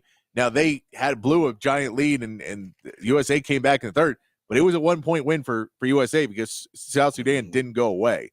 And for a team like USA who wants to have a little bit more fun in that fourth quarter because they're up by 15 points, if you try and do that against this South Sudanese team, they're going to come after you. And so you have to just be careful because Royal Ivy knows, man, even if we get close in these games. And because Serbia at the end, there's point differentials when you're talking about making out of group stages. And so Serbia was trying to get back into the game. And the problem was every time they would get close, Team USA would have to step it back up again and put their foot back on the gas and push it further away. But point differentials matter. So South Sudan's going to keep pushing it. Right. Yeah. That's a good point. I didn't think about the point differential thing. Yeah. It'll be interesting to see if that South Sudan team, they're going to come out with that same kind of zest, if you will. They'll come out with that same aggressiveness, but with KD, he is such a game changer, such a uniquely gifted player that he just transformed Team USA. So it'll be good to see if South Sudan can what their plan is for KD, because they definitely need one. And I believe is he the all-time leading scorer for Team USA? I believe so. Yeah. He looked like it. There's something about him in international competition. It just, he is like I said, difficult task for any defender, no doubt about that. All right, that's some Team USA discussion. I want to. We're close to the break here. I wanted to get to some Cowboys news too, coming out of training camp. My man Patrick brought up the Sam Williams news. We'll get to that. Also, there's an update on the CeeDee Lamb contract negotiations. So we'll dive into that too. We did talk about the quarterbacks over the weekend who signed their deals. We'll recap that and get into that in the 8 o'clock, the top 8 o'clock. There's also a story that I want to get into here from Canales, Dave Canales, the head coach of the Panthers. And we'll do that in Rod's Ranks. I think it actually relates to the Sark story for over the weekend. Sark, he and his ex-wife now, L'Oreal, they had an announcement. It was actually a coordinated announcement from both of them on social media that they were indeed separating and getting a divorce. And I want to talk about that a little bit because Dave Canales, I don't know, a lot of people don't know his background. He has a new strategy, I guess, and a new philosophy when it comes to his coaching, his coaches, assistant coaches, and all of his coaches, and himself included in that, in terms of the work-life balance. Very interesting, something that he brought up too with the Panthers. We'll get into that a little bit. I think it relates to all sports. We'll dive into that. Also, some Cowboys news, notes, and nuggets. Give you the update on CeeDee Lamb's contract status negotiations with the Cowboys. Also, we'll talk about the Sam Williams injury and what it means for that Dallas Cowboys defensive line. All of that and more when we return right here on the Rodcast featuring Patrick Davis on Lifetime Longhorn. Rod Davis coming back on the horn.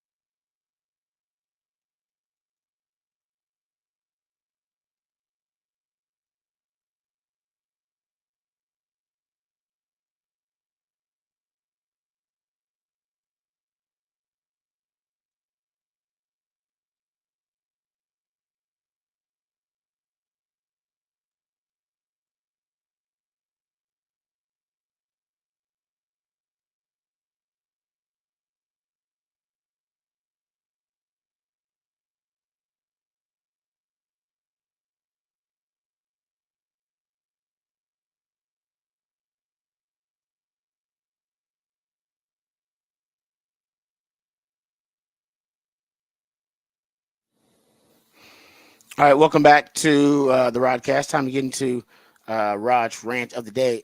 A couple of topics that I want to dive into. First, let's talk about the Cowboys a little bit. Then I'll get to that Dave Canales story.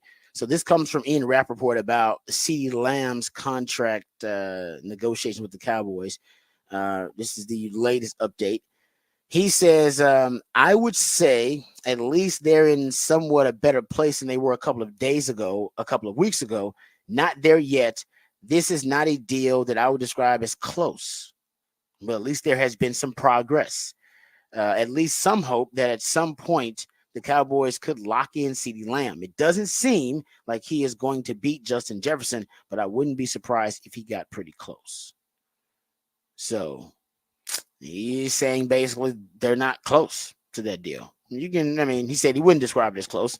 So, I mean, the other description would be they're not that close. And that's why, yeah, you actually have the holdout potentially, not the hold in. And I wonder if CeeDee Lamb simply just asking for Justin Jefferson's deal. He's probably just asking to match it. And if I'm the Cowboys, I wonder if you're, at this point, you're in a tough spot where I don't know if you have a lot of leverage because you can't have CeeDee Lamb request or demand a trade. Like that's disastrous. And I don't think he wants to. I don't think he's even close to that. But what will be the difference between at this point in the negotiation between what Justin Jefferson is making and what you're going to pay CD? Maybe $1.5 million, $2 million a year. Maybe that's the difference because he's getting more than 30. He's just not getting 35. So maybe 33 is what we're talking about here. Yeah. I mean, I $2 million a year difference. It doesn't make sense to me that they haven't re-signed Dak and they haven't re-signed CeeDee Lamb because of $4 to $5 million a year combined. It does sound crazy. I agree. Sounds crazy. That's just insane, right? To sit there and say, no, well, Dak wants $2 more million a year than we want to give him, and CD wants $2 more million a year. So that's $4 million right there, guys. It's $4 million a year. We're gonna pay him 120, but at 100, and we're gonna pay him $100 million combined. But at 104, I don't know if I can do that. It probably that's probably one of them. It's probably the guaranteed money in the contract as well. I think it's guaranteed. Is that. And I genuinely think that there's part of this Cowboys franchise that is still considering blowing it up. I don't I'm with you. They have to be. If you're this far down the line, you have to look at it. You have to consider it. Yeah, and that's scary. If the Cowboys do that, I'm telling you, that'd be the most shocking thing I think I've seen in sports in my but when you saw Jerry Jones speak to the media, was there a part of your brain that thought, oh, he has any semblance of sanity left inside of him?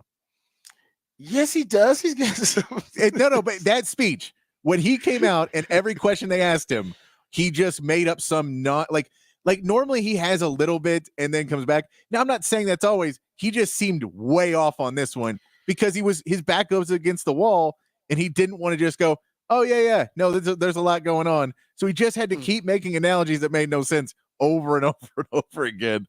And then at the end, when they asked him about it, he says, don't you trust me? And he goes, no. Why would we? He said because he's done this before. He's running option all the way down the line. I still cannot fathom them blowing the whole thing up. So I'm going to say that they're going to get it done at the last minute. But at this point, what's holding it up? Because right now, where they're going to pay him, I think the guaranteed money has got to be what's holding it up. That maybe they want guaranteed money. And by the way, we know from Stephen Jones they want to be paid. Like CeeDee Lamb and Micah Parsons and Dak all want top of the market money. Not a problem with Dak. He's going to get that.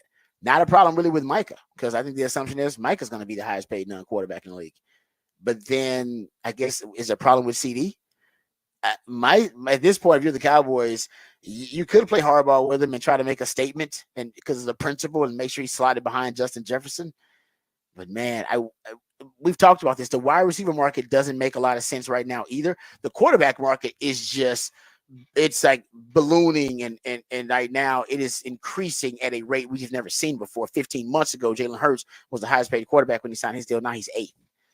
But the wide receiver market, it doesn't even make sense really because there's the laws of supply and demand don't really, they're not really applicable because there's an embarrassment of riches in terms of wide receiver talent coming out of college. It's the deepest position in football at any level. And yet wide receivers are being drafted higher than ever before. More wide receivers are being drafted higher than ever before. We had 6 or 7 in the first round last year. You had, and more of them are being drafted overall. They're playing sooner.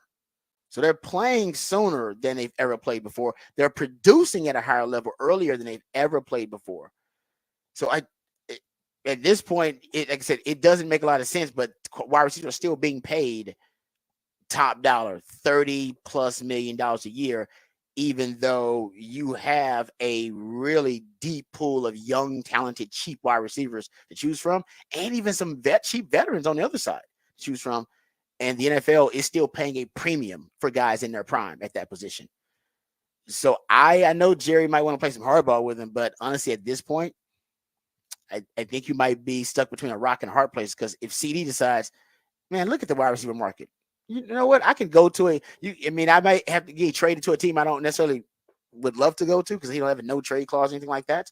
But he can get out of Dallas.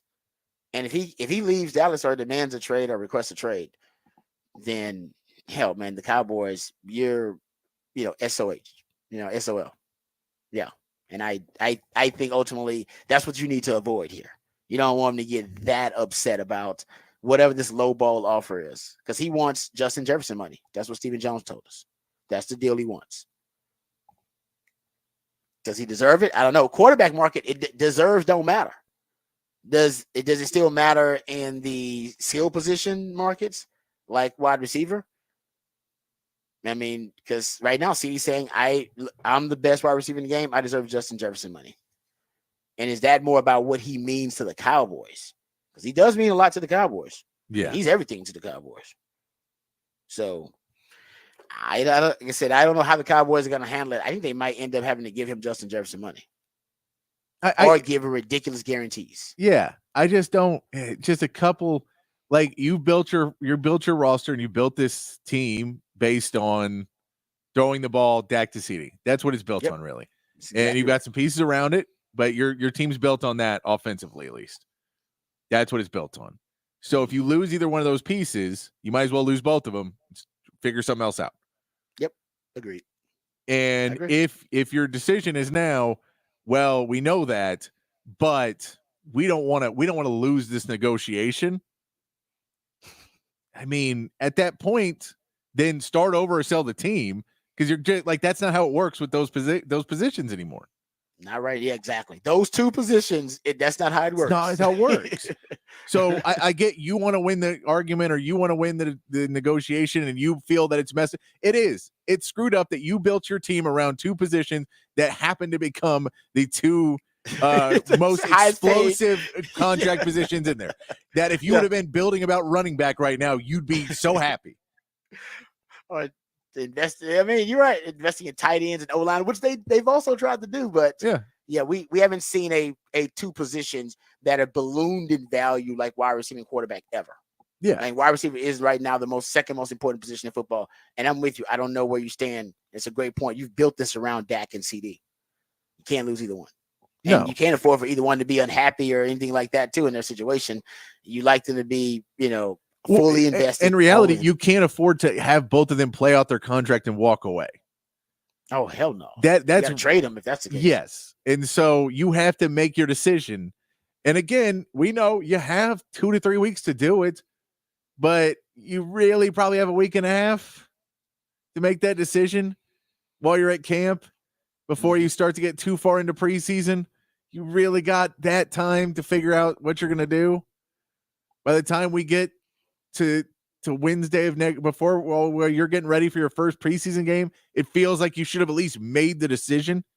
Now, whether or not they're re-signed or whether or not, they're traded or whatever that is, it doesn't have to be done in a week and a half, but it has to be done we get reports either it's over or they're close. They're really, really close. It's going to happen. Yeah. That report says they're not close. Yeah, exactly. Yeah. So, and I wonder what that is. That guaranteed money? Is that actual? It can't be the average annual value of the salary. They got to be close on that. I mean, that's already out there. He's going to be slotted between 35 and 30 million, probably somewhere in the middle. It's got to be the guaranteed money, because we saw that even that Jordan Love deal. What did Jordan Love? He had a ridiculous amount. He had 155 million in guarantees in his deal. So more and more guys just want more of the deal guaranteed. Yeah. And less of the funny money overall. And he got a $75 million signing bonus. So they gave him a lot. That's cash, baby. You talk about the cat, that's cash, baby. He may want cash too, and Jerry don't want to part with the cash. Jerry don't like to part with cash. Like that's signing bonus. That's we'll just right there. Like, we'll just give you that in cash. We'll have that transferred over to your account. Yeah. So that, and we've talked about that with the Cowboys. They're a little reluctant to be all in in terms of the cash that they spent on players. And I think ultimately now, when you got to sign all these guys to these record deals, wouldn't you, if you're Micah Wouldn't you if you're Dak or CD? Don't you want most of that deal in cash? You don't want funny money at the back end of the deal, backloaded. No. Front load me. Give me 30% in the signing bonus. I want it. Cash, baby, up front. Front load that deal. I want all of it. Guarantees. And I bet one of the holdups is that all three of them want like 70% of those contracts guaranteed. Yeah. And I bet they all want big signing bonuses, huge signing bonuses, like $70, $80 million signing bonuses. That's cash. And you got three of them. Let's say all of them want like between 50 and 70 million. That's 150 million in cash. You got to spend right there. Boom. Within a couple of months. Some billionaires don't like to spend cash like that. That's why they're billionaires. And I mean, they just settled that court case out of court. I don't know how much that cost them. I'm just saying that may have. I mean, at least lawyers cost him money. Lawyers do cost a lot of money. So if nothing else, he's spent a lot of money on lawyers. Yeah. So that's, like I said, I don't know. We don't know what the holdup is, but there's something holding it up. Dak right now just sitting back laughing. We'll talk about that because Dak has to love what Jordan Love, no pun intended, have to love that deal and the Tua deal. David Muyagetta, once again, the Johnny Cochran of NFL agents. He's Jordan Love's agent. That dude is just killing it. Shout out, lifetime Longhorn too. So shout out to Muyagetta, does a great job. But he, once again, one of his clients ends up setting the market. I think we say that all the time for him. But remember, he's the guy that did the Deshaun Watson deal. I don't think he'll ever top this Deshaun Watson deal. He can't as an agent. He can't. He got a fully guaranteed deal. By the way, which the NFL now ignores as precedent, act like it never happened. Fully guaranteed deal for a quarterback that we wasn't sure when he was going to play again because he was about to be suspended and in the midst of multiple civil lawsuits for sexual misconduct. Like, whilst in the middle of that, he got a record contract guaranteed, fully guaranteed. Yeah. I don't know. I can tell you he's gonna make some money with Micah Parsons and CJ Stroud, though. Yes, he is. I forgot he's gonna set the market again multiple times. I mean, yeah, he got both of them. The CJ Stroud contract is gonna be crazy now. Whew. When you think about that, I mean, it's gonna be wild. If Brock Purdy wins the Super Bowl, his is gonna be crazy. If 49ers get to the Super Bowl and Brock Purdy wins one, for sure, they're gonna make it rain. Those will be the next, and then comes Patrick Mahomes. Patrick Mahomes will get paid. We'll talk about this later, but he's got to. Right now, he's outside the top 10 in average annual salary for quarterbacks. That cannot stand. I won't stand for that. That's ridiculous. I won't stand for it because it makes everybody's life in the AFC tougher. Yeah, that's the best player on the planet, and you're paying what, pennies on the dollar for him, basically. Bargain basement prices for him? No, I will not stand for it. I need him to be making top of the market money so that the Chiefs don't have extra resources to build the damn team around. Oh, man, I keep seeing these shots of Xavier Worthy catching passes from Patrick Mahomes. I am ready to say, I'm pretty close to saying he's going to have the best rookie season of all the rookie wide receivers if he doesn't get hurt. We can discuss that maybe later on the show. Think about that. What, 7 wide receivers win the first round? Anybody in a better position than Xavier Worthy? Anybody? No. Anybody? I mean, Keon Coleman is in a pretty good one. He's in a pretty good one. That's a good one. You're right. That's a good one. Because they lost all their wide receivers. Yeah, they lost everybody. So he's in a pretty good one. He's in a good one. I mean, he's not. I don't know if he's in as good of one. Let me see. I'm trying to. We'll take the big question is how long is Rashee Rice suspended? I got to go back and check it out. I don't think they've suspended him yet. Yeah, So I'm sorry. Oh, Keon Coleman, by the way, second round pick. But I still say he's in great. He's the first pick in the second round. So I would go. I'm gonna go. I'll go for the first round wide receiver. Okay, you're gonna spin it just so. I guess I could go all. Over because Puka Nacua last year had the best. Yeah, you gotta give it Keon. That's probably your best other option. I mean, because you can say Romeo Odunze, but they got other wide receivers, and it's a rookie quarterback and an offense that has. Yeah. You're right. He's in a good spot, though. I think Romeo Odunze. I think he's damn good. I think he is. Just other options. Yeah. No, you're right. Yeah. No, your Keon Coleman take is a good take. Keon Coleman's a good one. I'm trying to look at other wide receivers. I won't just go first round. We can go all over because Puka Nacua last year. I mean, I forgot what round Puka went in, but he had the best year of any rookie wide receiver. Hell, maybe damn near in history, actually. I'm just trying to think. Even other wide receivers that would. AD Mitchell's in a good spot, but there's other guys there. There's other guys that are gonna, demand some targets around there. So I don't know. We'll see. But I'm just getting hype off watching highlights and clips of exactly really catching touchdowns from. Wait, is it a high and a low feeling at the same time? You're like, ooh, what a catch! Oh no, we got to play him. Yeah, it's exactly how I feel. They don't know that they got to try to cover that dude. Not only him, but I hear Patrick Mahomes is bragging about Hollywood Brown and how Hollywood Brown looks great out there, and Rashee Rice. I think that wide receiver core really kind of was propelled into being now one of the top 10 best in the league, when last year it may have been the worst. But I digress. Getting back to it. Speaking of wide receivers, but that's an update on CeeDee Lamb. Sam Williams, with reportedly a torn ACL, going to be out for the Cowboys, the defensive end.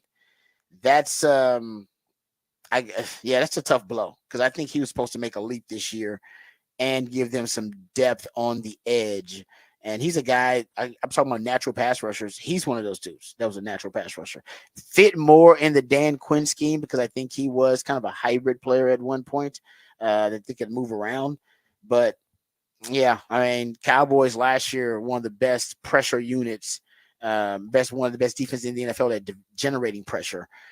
And that's because they have a lot of really good kind of natural pass rushers on the team. It's going to be a different defense with Mike Zimmer. I think you'll get, we talked about this, you'll have it'll be less risk taking, if you will, defensively, less controlled chaos. That's what really Dan Quinn's defense is built on, a lot of controlled pockets of chaos around the defense.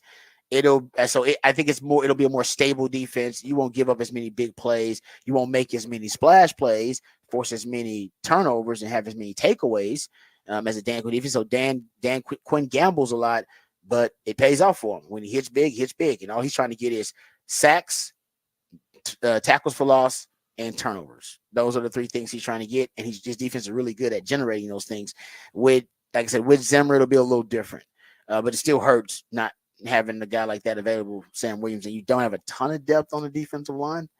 And that was one of your pieces. No, because you lost Dorrance Armstrong, and you're right, they lost somebody else. There was somebody else that went to Washington. No, it's the D tackle. They lost a D tackle too. Yeah. Yeah, and they lost Armstrong. I forgot about the end. They've lost a couple of pieces on the D line. Yeah, but they lost him to Washington. They followed they followed him to. But yeah, it'll be interesting. I do think that there's the Mike Zimmer defense. One of the big things that could help them out is it's really hard to play two sides of the ball that are so reliant on big plays. Where Dallas, when you lost the running game, and the running game just wasn't as prevalent for you last year, and you still ran the ball okay, but not well enough to be able to say, if we got a lead, we can just run the ball, or if we want to just pace the game and slow it down, we can run the ball. They didn't have that offensively. And then defensively, you didn't necessarily say, okay, we can stop you from just wearing us down. We're going to go for big plays and we're going to go for interceptions. But if you just want to run on us and just kill climb, you can do that all day long. It didn't necessarily merge well because both were so hit or miss that at points, if you say maybe this defense can be a little bit more standard and just fit into what it needs to and not allow long drives. And they're still going to allow a couple things over the top, and they'll still allow a couple long drives, but more over the pace of it. It'll be, if you don't give up good field position, then you're going to be able to get a field goal at worst, just kind of keep yourself in the game. And then the offense has more opportunities, where last year it felt like the defense was, well, we're letting it get away. Now we got to pick six. So that equals out to one of the touchdowns we gave away. That's a great point. In terms of complementary football, basically your offense does not have the ability to, I would say a running game controls the game. Yeah. You can run the ball. You can control the game. Your offense doesn't allow you to control the game via the running game, because you didn't have a consistent running game and identity in the running game last year. And defensively, you don't stop the run, so you can't stop a team from controlling the game. And in the playoffs, that matters. So I agree with you. I think you're right on that. Dante Fowler was the other DN that followed Dan Quinn that you were talking about. It was Dante Fowler and Dorrance Armstrong that followed Dan Quinn there, because they like his system, and he likes kind of those hybrid guys, which Sam Williams was too. Okay, real quick. I want to get to this Dave Canales story. So over the weekend, unfortunately for Steve Sarkisian, he and L'Oreal, his longtime wife, they announced via a joint announcement on social media that they were getting a divorce. And I hear it's amicable, but I mean, who knows? They just be saying that. But they did release a joint statement, so at least they can agree on something. And people have talked about it, whether it's going to affect Texas football or not. Who knows? I mean, I think Sark's going to be fine. He's been divorced before, and everybody, a lot of different industries and professions, people have to deal with this. But I've said before, coaching is just can be hard on families because coaches are away. They really dedicated to their craft and to their teams on every level. It can be really hard on the wives. Can be really hard on the families. And I know a lot of coaches. One of the reasons that I didn't go into coaching is just it's very time consuming, and you gotta have a wife kind of that understands that and is willing to be committed to that kind of lifestyle. And I'm not saying that was the issue at all. Just talking about overall coaches and that profession and the families. But Dave Canales, the coach of the Panthers, he recently said this. He said he is planning a new hybrid work model in Carolina. He said on Mondays, he plans to be out the door by 5 p.m. His in-season routine is to flip on Monday Night Football later that evening in his home office, where his kids will often hang out while doing homework as their dad watches film. He said on Thursdays, the goal is to have everyone home by 7 p.m. on Fridays. The target is 3 p.m. He said working efficiently is what will work, which will make it all work. Canales said, I think we have the best work schedule in the NFL. He said, as far as the horror stories you may hear, that's not going to happen here in Carolina. The horror stories he's referring to are guys sleeping in their office, guys like never really seeing their families, and obviously that destroying their home work life balance. And for those who don't know, Dave Canales has wrote a book. He and his wife actually wrote a book, and he knows all about these struggles because Dave Canales has been open about them in his book. The book, This Marriage, The Question That Changed Everything, is the name of the book, written by him and his wife. And he's open about his infidelity, his addiction to pornography, binge drinking, all things he was doing to self-medicate and just to make it through a day. He was coaching while he was doing this stuff too. He was coaching. He was just talking about how his life was going off the rails because he had no work-life balance, and it was just coaching. And then while he was coaching, he was into some other things, obviously, that were obviously leading him down a dark path. And then it didn't destroy his marriage. His wife decided to stay with him, didn't destroy his marriage, and he worked through it. And then they wrote this book about his faith and about overcoming those trials and tribulations, and about how marriage can go through a really rocky place, and how work life and home life balance really was something that he had to prioritize. And it's interesting, like you don't see that a lot. Usually, coaches, they get this badge of honor for 18-hour days and not going home and not seeing the family. You're seeing more and more coaches decide, hey, you guys should at least go home, see the families, or we need to bring the families up here to be. Mac's big thing was, hey, let's have your families around the facilities. I need you here, but can we get them here so you can spend some time with them here, with the whole family? But it's interesting. I mean, I'm glad that football is getting away from kind of the obsessive, because I know a lot of coaches, and I know a lot of, not saying they went off the dark path like Dave Canales did, but they've struggled with the work-life balance. And not saying that was the case with Sark, but obviously, I think that's part of it. I think that's part for everybody. Everybody's got to deal with that, but coaches in particular. All right, there you go. That's the Rod round of the day. We come back, we'll get into what the facts, what the stats, right here on the Rodcast, featuring Patrick Davis. I'm Lifetime Longhorn. Rod Davis coming back on the horn.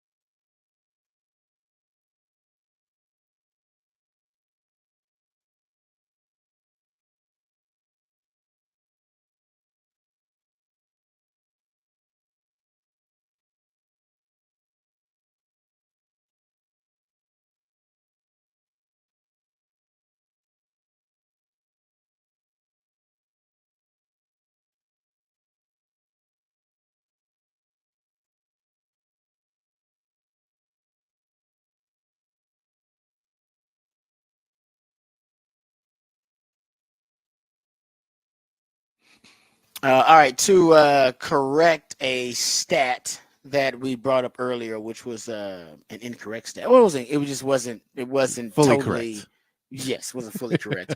Earlier, Patrick brought up the quarterbacks who had won a Super Bowl, and we missed one. Aaron Rodgers was the one. That Thank you to the texter who brought that up. Yes, it was four quarterbacks who have won a Super Bowl. 4 quarterbacks, correct? 4 active quarterbacks. I had 3, 4.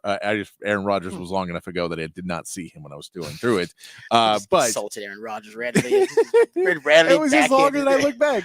I was like, well, because I went through, it was like 5 or 6 quarterbacks who have been retired between.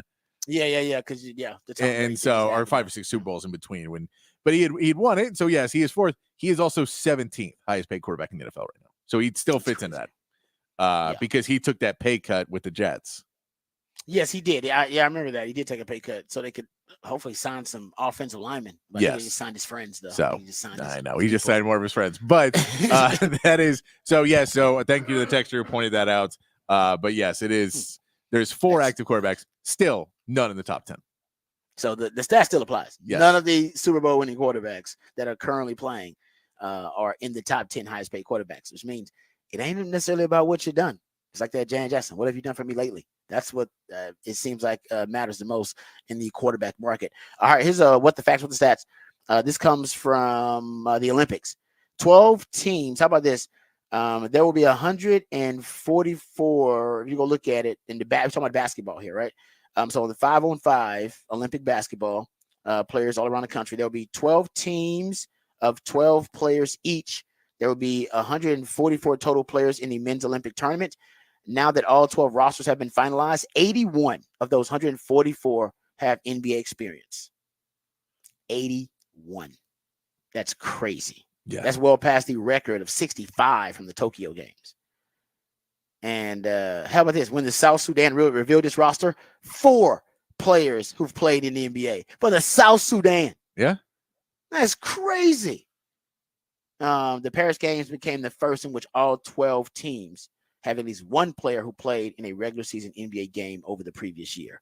Dream Team may have to deal with that. Well, at least the original Dream Team. The original Dream Team, I believe, had 5 players. Here it is. 1992, the first Olympics, the first Olympics with NBA participation. 1992, there were 22 players who had previously played in the NBA. Half of those were on the Dream Team. Yeah. So that's what it says here. It says half of those were on the Dream Team at the time. So, yeah. And they're going off guys who just played a little. So these guys may not even be official like NBA players, but at least they've played in the NBA at least one point for a little while. Yeah. Yeah. I mean, when you look down those rosters, and it is funny because I was talking to somebody over the weekend and we're having the conversation like, man, that team's got a good players, and that team, and you're like, it is still, when you say they're stacked, they are, but they're also not USA stacked. No, they got like 2 or 3 players. Yeah, you're like, yeah, man. Like France, you go, man. They have Wemby and Gobert in there. Batum is going to be playing well, and Fournier, didn't really play, but he's a good player. There's some good players there. In Canada has Dylan Brooks and Jamal Murray and SGA. Some good, but you also go, but we also like the guy who didn't play was Jason Tatum. Tyrese Halliburton didn't play for the USA in this game. Play.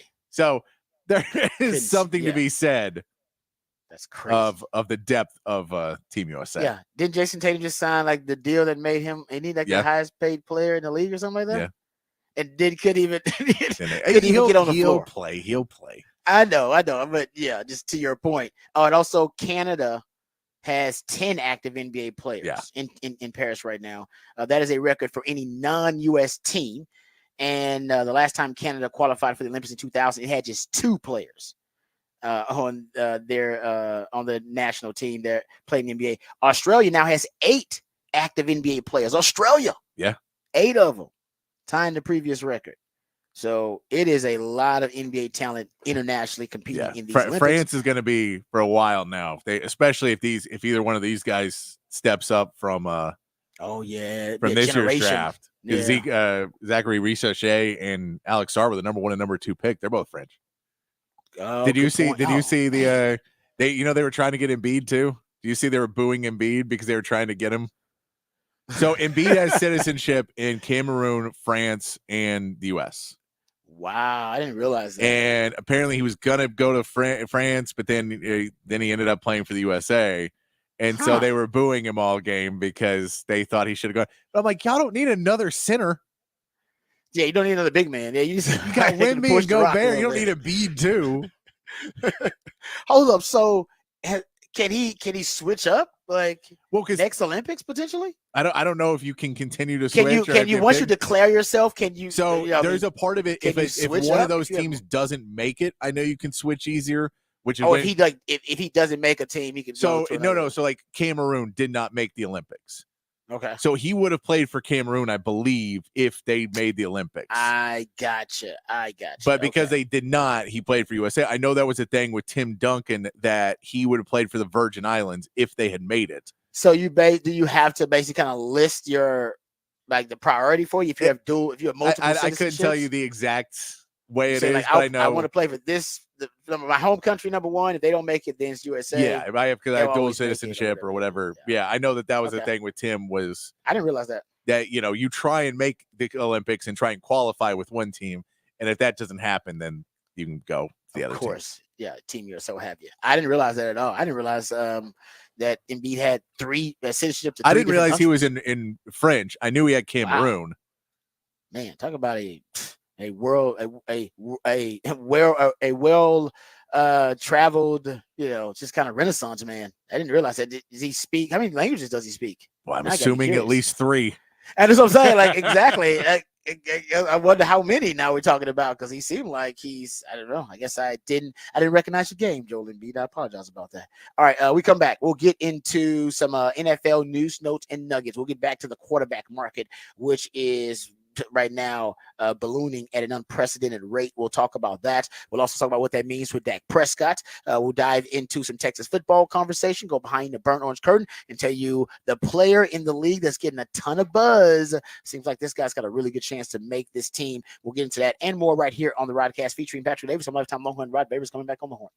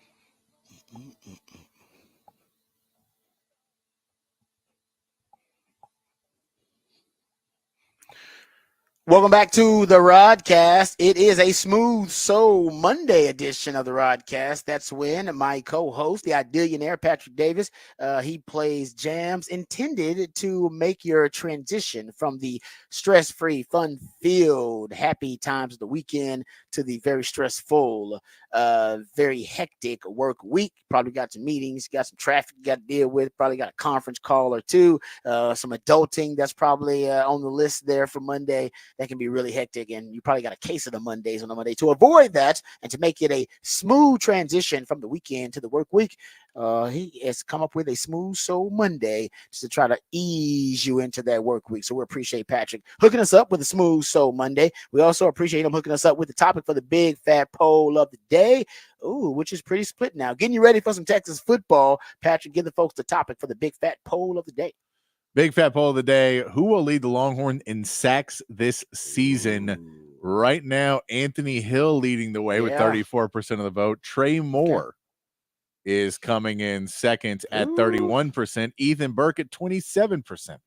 Yeah, see, exactly. It could be either one of those three. I could see it. I really could. And I don't have a problem with either one of those guys winning. I picked Trey Moore because I think he's their best natural pass rusher. And he's obviously been there and done that already. But Anthony Hill could do it. And so could Ethan Burke could be that guy. He led you in sacks last year. Barron Sorrell getting a little bit of love, but I think most people see Barron Sorrell, quality player, good player. I don't know if he's a natural pass rusher, though. The rest of those guys you've seen them be dynamic pass rushers on the edge in big games, by the way. Anthony Hill was doing it in big games, too. Yeah. So there you go. I like that. And it keeps changing. Every time I look at the poll, it's different. It's like it's shifting. So Longhorn fans are getting excited about the season. All right. There you go. Go check it out. The Horn ATX on the X account. We'll go get into some Texas football conversation. Next segment, go behind the Burnham's curtain. There's one player seems to be getting a lot of buzz now that training camps in the NFL has started. And it ain't Xavier Worthy, by the way. We've already talked about he getting a lot of buzz. We're going to talk about this player. I think he's got a really good chance to make this team. The team really likes him from all the reports. So we'll dive into that next segment.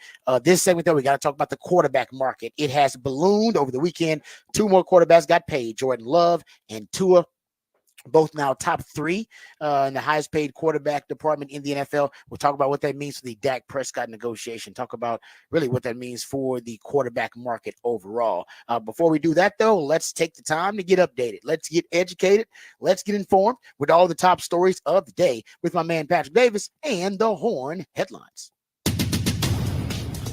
All right, your Horn headlines brought to you by Top Gun Rentals and Lawn Equipment. In the NFL, the Dallas Cowboys lost defensive end Sam Williams for the season with a torn ACL on Sunday during special teams drills. Williams had 8.5 sacks in his first two seasons, was third on the team in sacks with 2.5 in 2023, while playing only 28.3% of the snaps on defense. Cowboys will now rely on rookie Marshawn Nealon, who was selected in the second round of this year's draft, to step up. In the MLB, the Astros won their series against the Dodgers this weekend 2-1. Houston came back to win Saturday's game in thrilling fashion, putting two runs up in the eighth to tie the game before Alex Bregman hit a no-doubt homer to left to walk off the game in 7-6. The Astros now take on Paul Skeens and the Pittsburgh Pirates tonight, with Jake Bloss getting the start for Houston. And the Rangers were set by the Blue Jays over the weekend and lost starter John Gray to injury on Sunday before even throwing out his first pitch. Gray felt discomfort in his right groin while warming up in the bottom of the first and had to leave the ball game, putting the Rangers bullpen in a bad situation, with Michael Lorenzen unable to make it out of the first inning on Saturday. Lorenzen did end up pitching 4 innings on Sunday's game, but the Blue Jays still came out ahead 7-3. Nathan Eovaldi is the scheduled pitcher for the Rangers tonight as they take on the Cardinals with the trade deadline looming. And Team USA got a dominant 110-84 victory over Serbia on Sunday, with Kevin Durant leading the way, scoring 23 points on 8 of 9 shooting. LeBron James had added 21 more, and the USA cruised to victory, even with Jason Tatum and Tyrese Halliburton not playing in the game. Team USA's next game will be against South Sudan on Wednesday, and your current medal count, USA's at 12 total medals, 3 golds, 6 silvers, and 3 bronze, and that is your Horn headlines.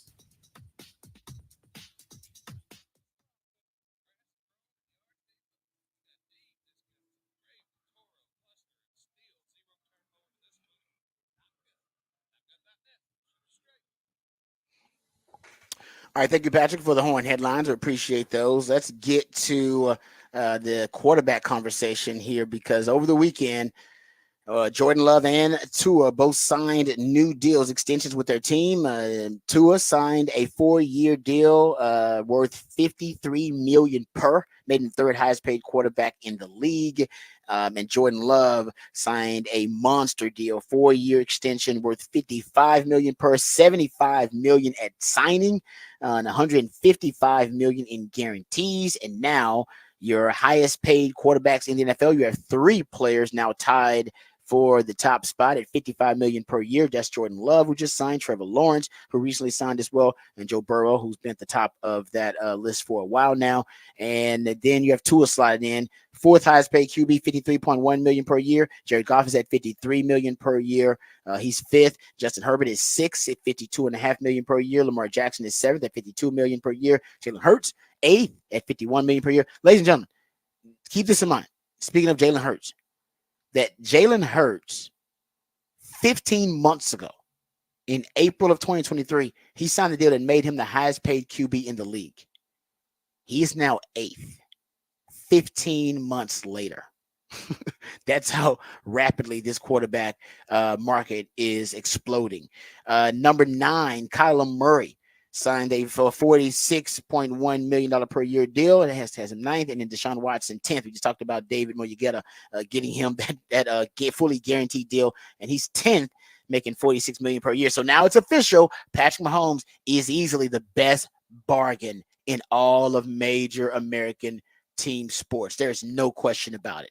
He's easily the best player in the league, like the best player at that position by, I don't know. I mean, you talk about it. There's a gap. I don't know how big the gap is, but there's a pretty wide gap between Patrick Mahomes and the number 2 best quarterback in the league, whoever you think that person is. And I just can't think of a major team, sport, or league where the best player at that position is like outside the top 10 in highest paid players at that position. That's the case with Patrick Mahomes. I don't know how they're going to do it, but I'm sure they'll be reworking something soon. This is all good news for Dak Prescott on the back end, which we'll talk about. But first, the Jordan Love deal, because there are some people saying, man, this is crazy to give Jordan Love this kind of deal, considering all he basically had was a stretch, week 10 and on, where he looked like an elite quarterback.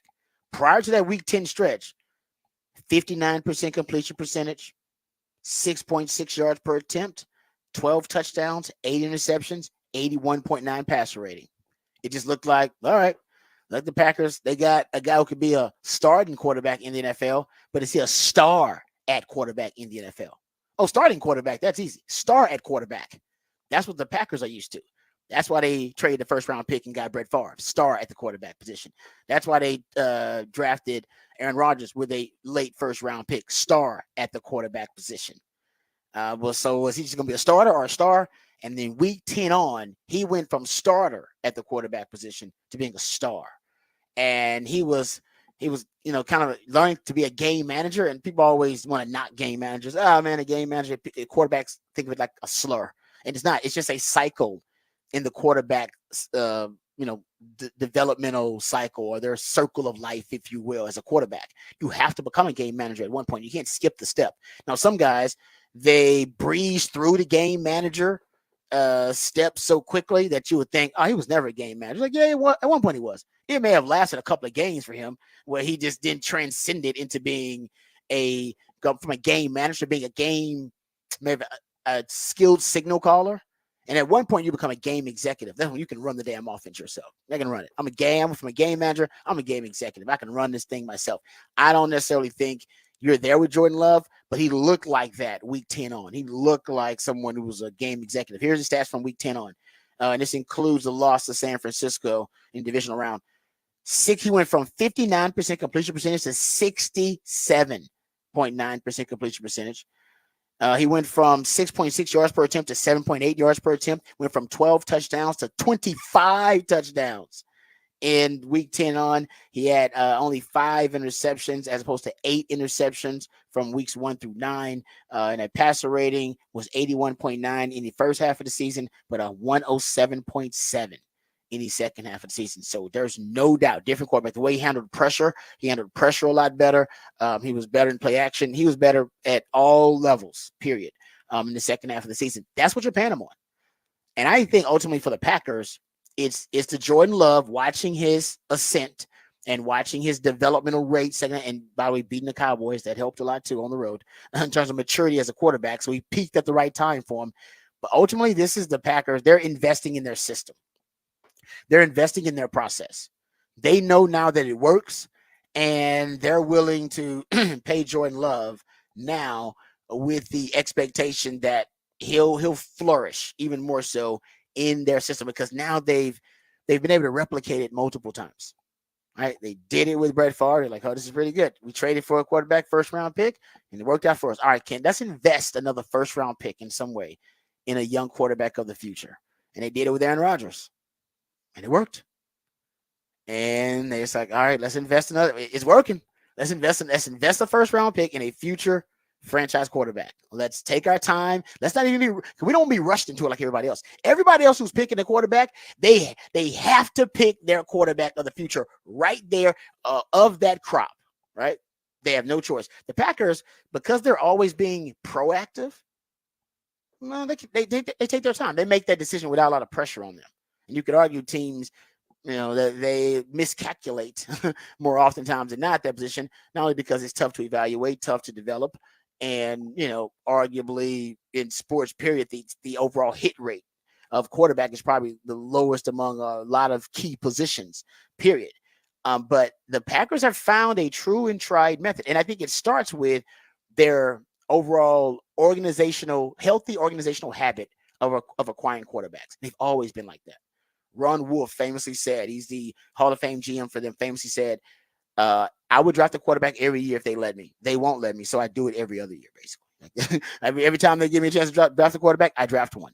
And that was aside from them investing a first-round pick in a future quarterback. They believed in just keeping the roster healthy and the quarterback room healthy with stockpiling as much quarterback talent as you can. Sark is also from that. I think it's kind of a West Coast philosophy thing.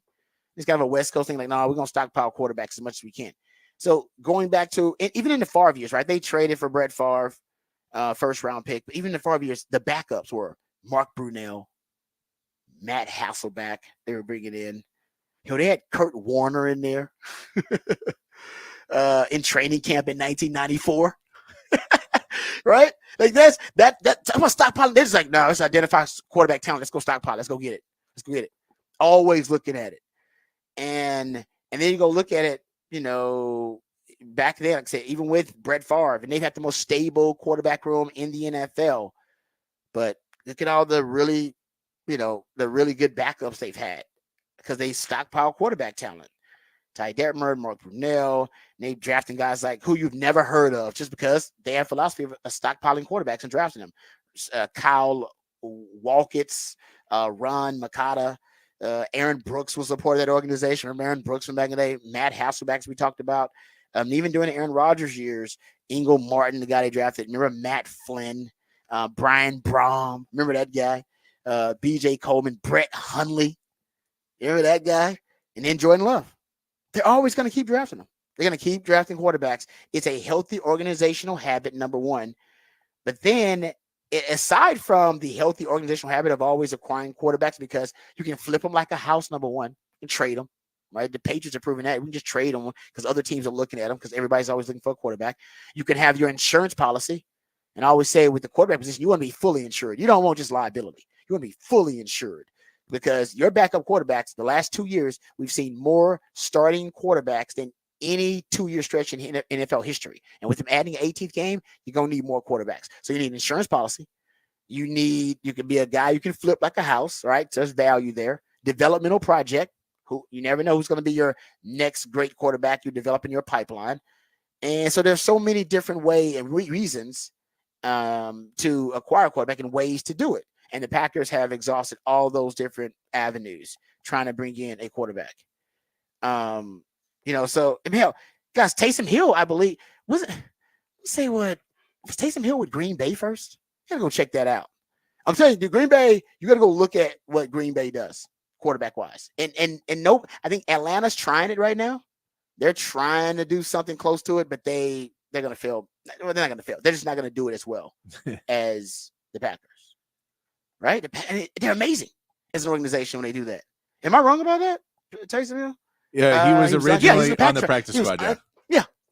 Quarterbacks. They're just like, oh, that guy was what? See what that guy did, Texas? Bring him in. They do that. I said, hey, Kurt Warner at one point, dude. It doesn't matter if it's Brian Gutekunst or Ron Wolf. It's a healthy organizational habit. Let's just always bring in great quarterbacks. Let's just bring in really good ones, stockpile them, and aside from stockpiling quarterbacks, we'll still invest a first round pick in one every few years when we find one we really like, and we'll do it without desperation as a factor. We'll do it because we're comfortable with that guy. Because we like him. We did our research. We did our due diligence. Not because, they need a quarterback this year. Quarterback or bust. Quarterback or bust. Everybody's going to be fired. They don't draft this quarterback or draft the right one. Packers don't operate that way. Everybody else does, but not the Packers. And it's so I think them investing in Jordan Love, yes, they like him. They like their method. I think they do. I think there's also a trend now more in the NFL where teams it doesn't matter as much about playoff success as ownership changes in the NFL. And there's more and more owners that are, groups and not eccentric billionaires who just want to win Super Bowls. And it doesn't, they want to make money, but they want to win Super Bowls. There's more and more owners who just, no, this is a business. And in reality, we make more money from just competing and selling season tickets. So make sure we have somebody in there, because we don't want to rebuild for 2 years. We want to be competitive as long as we can possibly be, because those are regular season tickets, and we'd like to be able to make the playoffs. We'd like to be able to do that, so build the rest of the team out. But at quarterback, we need a quarterback that we can sell and put on advertising and sell jerseys, and this is who we need. So pay them, because business-wise, it's a good decision. Whether or not it will lead us to win a Super Bowl, that's secondary. But the main focus is business needs to be good, and without a quarterback, it's bad business. That's a great point. I want to say the Packers have drafted 16 quarterbacks in the last 27 to 28 years. They always, and like I said, some of them not even drafted. Taysom Hill wasn't drafted. They just brought him in training camp as an undrafted free agent. That's why I always criticize the Cowboys, who have drafted the fewest amount of quarterbacks in the NFL since 2000. I'm like, draft more quarterbacks. Just draft them. You never know when you're going to hit on a Brock Purdy. And they should also every now and then think about upgrading. And that's why the Packers are really smart. They have that naturally embedded. It's kind of naturally woven into their business model. We will always look to upgrade our quarterback at one point. We are. Sorry. Even you started. You should know that. Jordan Love needs to know it, because Aaron Rodgers needed to know it, and Brett Favre. We're going to look to upgrade. We're not going to let our quarterback position deteriorate and rot with old age and father time. We're just not going to do it. So we're going to upgrade. And there are other organizations that operate like that too. I mean, Kansas City they upgraded at one point. It's not always for the same reasons as the Packers are upgrading for, but I mean, Alex Smith has been upgraded over twice. It's that. And so I think ultimately for Dallas too, there's never anybody thinking about, can we upgrade? Kansas City did. They thought about, Philadelphia did it. Every now, even though you have a quarterback who's considered your guy, you need to ask, can we do better? And if you can, think about a way to execute. That's the reality. I think they do think, can we upgrade? But then the problem is, are we scouting guys in the 5th round for quarterbacks, or are we scouting the first 2 rounds of quarterbacks? And once we don't get one of those guys, then, well, that's not an upgrade, because we're not going to go find him. Now, they did with Dak Prescott, but they did, but that was a 4th round pick. So that's not really an upgrade to me. Like I said, when Kansas City did it, it was a 1st round pick. When Philadelphia did it, it was a 2nd round pick. When the Packers do it, it's a 1st round pick. So I'm not saying everybody's not going to do it. I mean, that's a risky thing. But I'm saying there are organizations in the NFL that are doing that. Yeah. They're operating with, okay, the guy that we have there, is he the best that we can do? And if he's not, then they pursue other options. Yeah. But there are also other organizations that they have a healthier habit of the Cowboys. They just draft quarterbacks. They acquire more quarterbacks. I love the Trey Lance move. It was good. But like I said, they've drafted the fewest amount of quarterbacks in the NFL since 2000. They're the luckiest team when it comes to quarterbacks. You're lucky that you're not in quarterback hell, because you should be. Because Dak and Romo have saved you from being in quarterback hell. They're basically your saviors, because you should be in quarterback hell. Yeah. And my thing was they need to start operating differently when it comes to quarterback, period. Yeah. And I think Dak is a lesson in that. That's when you don't build through free agency and you only build through the draft, it's very hard to spend picks on building for your future when you constantly need, like they had to draft an offensive lineman this year in the first round. Yes, agreed. No, and they're really lucky they drafted a defensive lineman, a defensive end, because with Sam Williams going down, if they didn't have him, they have really no depth at the defensive end position. If they don't draft Nealon in the second round. Mm-hmm. So they're constantly drafting for need as opposed to being able to have a first or second round to be able to draft a quarterback, because they're constantly drafting for need because they're not signing free agents at a rate to not have those needs appear more than they're being filled. No, you're right. That's what I said. They should, and that's another thing too about the Cowboys. I'm glad you brought it up. They don't exhaust every possible means to upgrade the roster. They should be trading more. Yeah. You should be more trades. They should be using free agency more. And of course, their bread and butter is to draft. They're the most homegrown team in the NFL. So I'm not saying the Cowboys should be drafting, quarterbacks in the first or second round right now. I'm just saying they should be exploring if they believe that they can upgrade over Dak. What did Matt Stafford present for the Rams? They want to upgrade over Jared Goff. He went to the Super Bowl. They're like, nah, he got a ceiling. We got to upgrade. If you believe Dak has a ceiling, why aren't you trying to upgrade? Other teams have shown you, if you get close, but the Cowboys think they're close, and you're being held back, then go get an upgraded quarterback. That's not an option for them either. And it's like, well, if Dak's your guy, then just pay Dak and be done with it. But if you think that you can go further and be better, then you should upgrade. But if not, you should have a philosophy of drafting quarterbacks and acquiring them, because that's what Dak was a happy accident for you. So you should be like Bill Belichick. Bill Belichick was smart, because even when Bill Belichick found Tom Brady, he was smart to know that was a happy accident. That could have been any other team that got Brady, and we got him in the 6th round. So what do you do after Brady? Hell, man, they drafted after Brady Brady was drafted in the 6th round. They drafted Rohan Davey in the 4th round. They drafted Cliff Kingsbury in the 6th, Matt Castle in the 7th, Kevin O'Connell in the 3rd, Zach Robinson in the 7th, Ryan Mallett in the 3rd, Jimmy Garoppolo in the 2nd, Jacoby Brissett in the 3rd. They tried to upgrade. He wouldn't let them. Tom Brady kept saying, "Get the hell out! Now it's my damn job." They tried to upgrade, dog. They really did. Every time they drafted how many quarterbacks ahead of where they drafted Brady? 1, 2, 3, 4, 5, 6 quarterbacks ahead of where they drafted Brady while Brady was on the roster. They tried to upgrade, and Brady was like, "Oh hell no!" So even think about it. That's what made Aaron Rodgers great again. They tried to upgrade on him. He was like, "Hell no, nope, it's my job. Hell no, it's my job." There's so many benefits to it. So I'm not saying Cowboys go do it now. I'm just saying, why haven't you thought about it? you should be studying the Packers organization and these organizations who have gone and won Super Bowls because they did what? Upgraded their quarterback. Philly, Kansas City, LA Rams. Patriots tried over and over again. The quarterback, come on. It's a theme. It reflects to me, it kind of reflects how irresponsibly the Cowboys approach roster construction.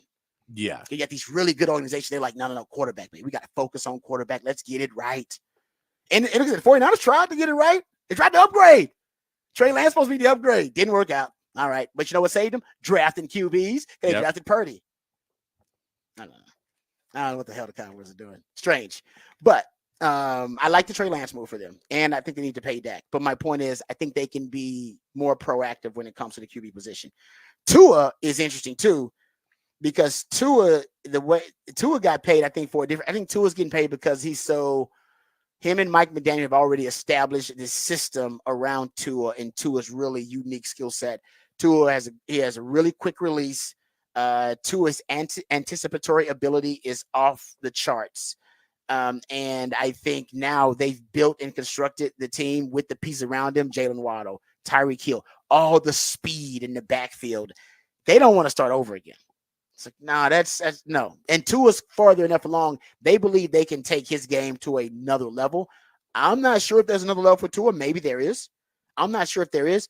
But I know for them, the thought of starting over, considering how close they are to competing at the upper echelon of the AFC, that's a non-starter for them. They're not going backwards. Like, no, we're here. No, and especially when we see how many quarterbacks were traded up for and went so high in this year's draft, Mm-hmm. I think it's a little bit scarier to if you're a team that says, well, we need a quarterback, and everybody knows we need a quarterback, and we're pick 9.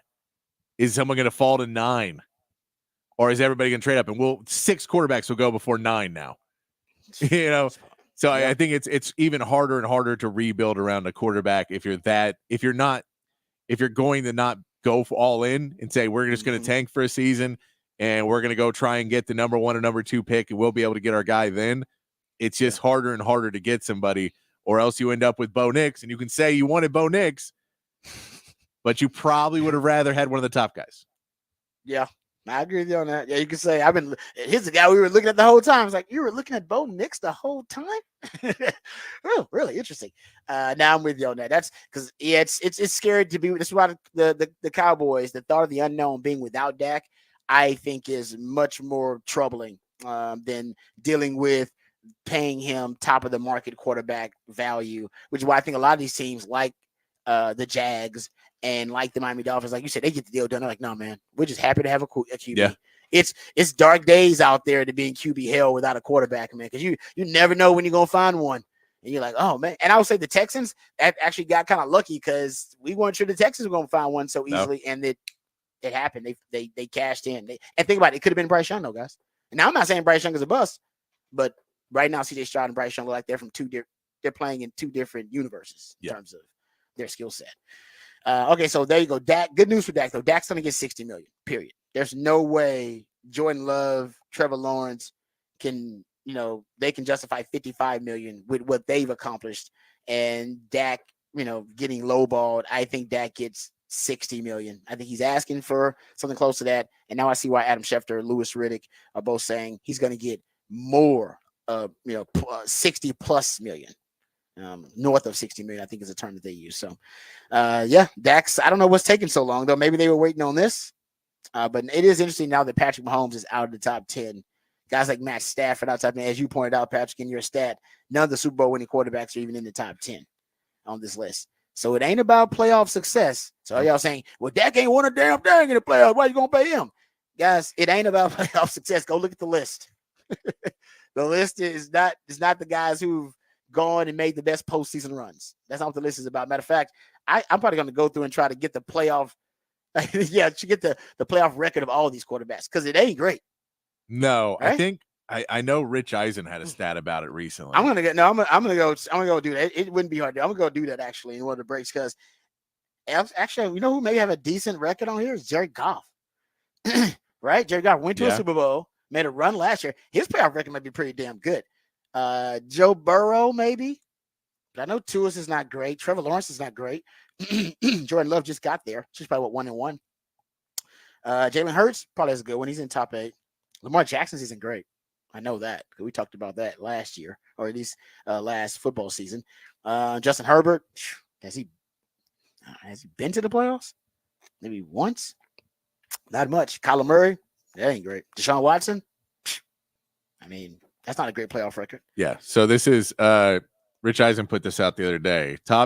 New top 8 annually paid quarterbacks in the NFL. Love, Lawrence, Burrow, Tua, Goff, Herbert, Lamar, and Hurts. Combined playoff records 16 and 17. Super Bowls 3. Super Bowl wins 0. Super Bowls. Yeah, you're right because you got Jalen Hurts, Super Bowl, went to Super Bowl. Yeah, that's true. Joe Burrow went to a Super Bowl. And the Jared Goff. I bet Jared Goff's record is a little bit better though. Yeah. Because he's going to a Super Bowl and then he made this run last year. I gotta go think about it. But I'm gonna say Jared Goff's record actually may be pretty good, but the rest of them are not. So basically, you got a below 500 record for the top 8 quarterbacks, the top highest paid 8 quarterbacks in the league. Hey, why did he do the top 10? Does Kyler Murray not have any playoff? Does he have a playoff appearance? I don't think so. I don't know if he does. If he does, I don't know if he doesn't have a win. And Deshaun Watson made the playoffs once, but you remember how that went. I remember how that went. It wasn't great. It wasn't good. So everybody hating on Dak. Oh, he ain't won in the playoffs. That don't matter, guys. Well, it doesn't matter as much. Sorry. It's what have you done for me lately? All right. I start to do the ooh, but I was just like, go ahead. All right. Let's come back. We'll get into Texas football conversation. Go behind the Burn curtain. This player is getting a ton of buzz out of NFL training camp And I got a feeling that he's going to end up making this roster. And I got a feeling this guy might end up seeing the field a little bit. All that and more when we return right here on the Rodcast featuring Patrick Davis. I'm Lifetime Longhorn Rod Babers. Coming back on the Horn.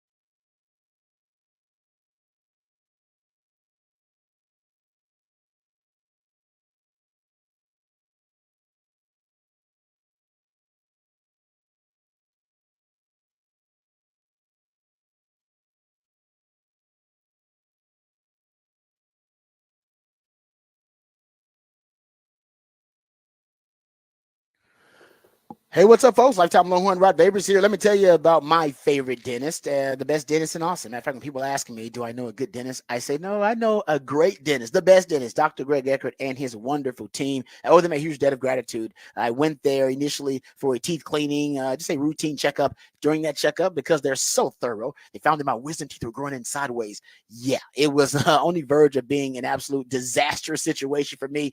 I avoided that because they acted swiftly. They made sure I was comfortable with the process, educated about the entire process, had everything done, had it scheduled, had it done. I was back at work within a couple of days. And now my dental hygiene have never been better, thanks to Dr. Eckert and his great team. As a matter of fact, I had a great story about the first time I met Dr. Yu and the first time I actually visited the office. I went there just to have a talk to meet him. And I walked in and a woman was crying. I thought to myself, see, this is why I don't like to come to the dentist's office, because people cry here because it's so sad. And I was wrong. It was not sad. She was actually crying tears of joy. She had looked in the mirror, and Dr. Eckert and his team had given her the smile she had always wanted. She was always insecure about her smile, always had, confidence issues, didn't like the smile. And Dr. Yu and his team gave her a brand new smile, and it didn't take any time at all. And she was brought to tears of joy when she saw it. Actually, all of us were pretty close to crying when she told us about her testimony. And Dr. Yu can do the same for you. Give you a brand new smile in just one day, permanently secured to your dental implants. No time spent without teeth. You'll get temporary fixtures until they complete your permanent smile. And you're going to smile again with confidence, eat freely without pain and discomfort. It's a lifelike permanent solution. So if you've been told your teeth need to be replaced, or you've been told you need dentures, you can call Dr. Eckert to learn about this revolutionary alternative to dentures. It's a brand new smile in just one day. Call today to learn about this complimentary consultation, which means you got nothing to lose, but you got so much to gain. So what are you waiting for? A confident smile can truly change your life, and Dr. Eckert wants to change your life for the better. Give them a call today, 512-345-3166. Now, you can also go there for any general dentistry, teeth whitening, dentures, porcelain crowns, veneers, dental implants, full mouth reconstruction, root canal therapy, anything, whatever it takes to get sure you're getting the best quality dental care available. That's what Dr. Eckert and his team are all about. So give them a call, 512-345-3166, or visit dreckert.com, DRUECKERT.com.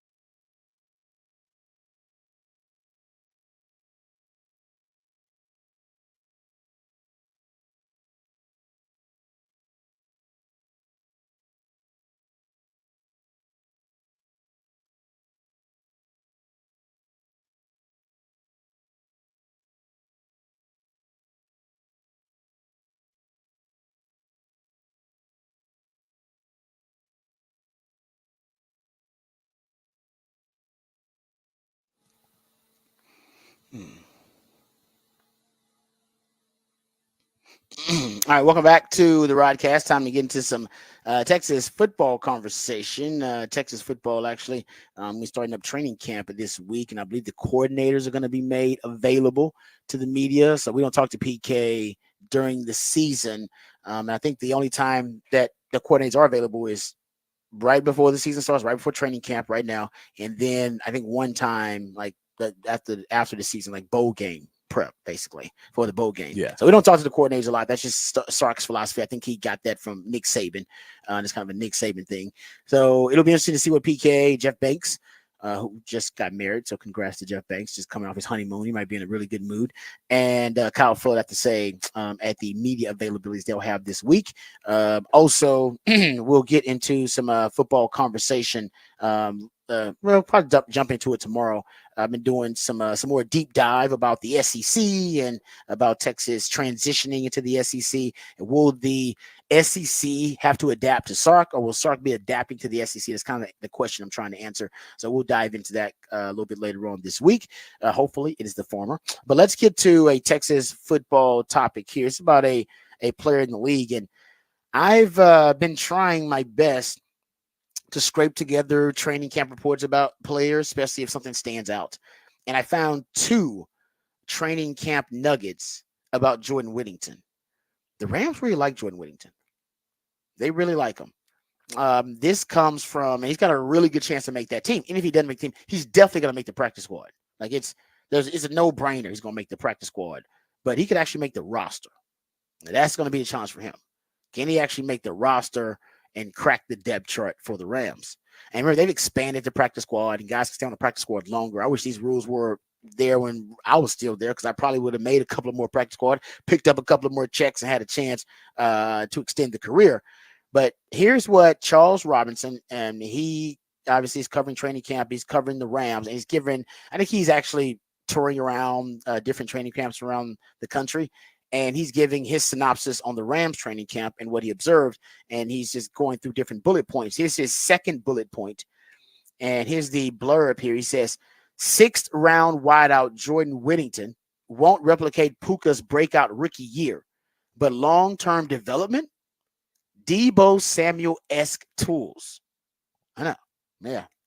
Trust me, it stood out to me too. Remember when my man Jordan Whittington got to Texas, that's what he was. He was a hybrid player. Came out of high school, played everything in high school. 2-way player, Iron Man, played safety, played running back, played wide receiver, was a kick returner. He did everything. And even Tom Herman had him as a hybrid. Tom Herman had an H position. He called it an H position. And literally the H stood for hybrid. That was literally the meaning for it. And that's why he recruited those guys like Jordan Whittington, Jake Smith from the West Coast, from Arizona, I believe. I think he's still playing. I just don't know where. Devin Duvernay was recruited to play that position. Guys who could be a hybrid, a running back / wide receiver. Now, he didn't use it the right way. He had the right thought process. He had the right, I think, idea, but he didn't execute it very well. But that's a different discussion for a different day. So Jordan Whittington was already had a background for that. But then the injury started to pile up. He had an injury-riddled career at Texas. And then I think they decided, no, let's focus on specializing him at one position. He can't stay healthy for one position, let alone trying to, diversify his skill set and have him be a guy that can be hybridized to play more than one position. But the Rams, if he can stay healthy, they may be looking at him in that kind of role. Here's what Charles Robinson had to say. He said the top guys taken in the first 3 rounds of the draft are obvious and rookies to watch, but this has been a staff that has hit on surprises and rebuilt parts of the roster in latter rounds. He says 6th round wideout Jordan Whittington could fall into that category with size and versatility that could carve out a Deebo Samuel type role if he can stick around and develop. No, he's not going to have a Puka Nacua impact off the jump, but he has interesting long-term possibility. So, all right, there you go. So I'm sure Charles Robinson's getting that from somewhere, but he's observing training camp is what he's seeing.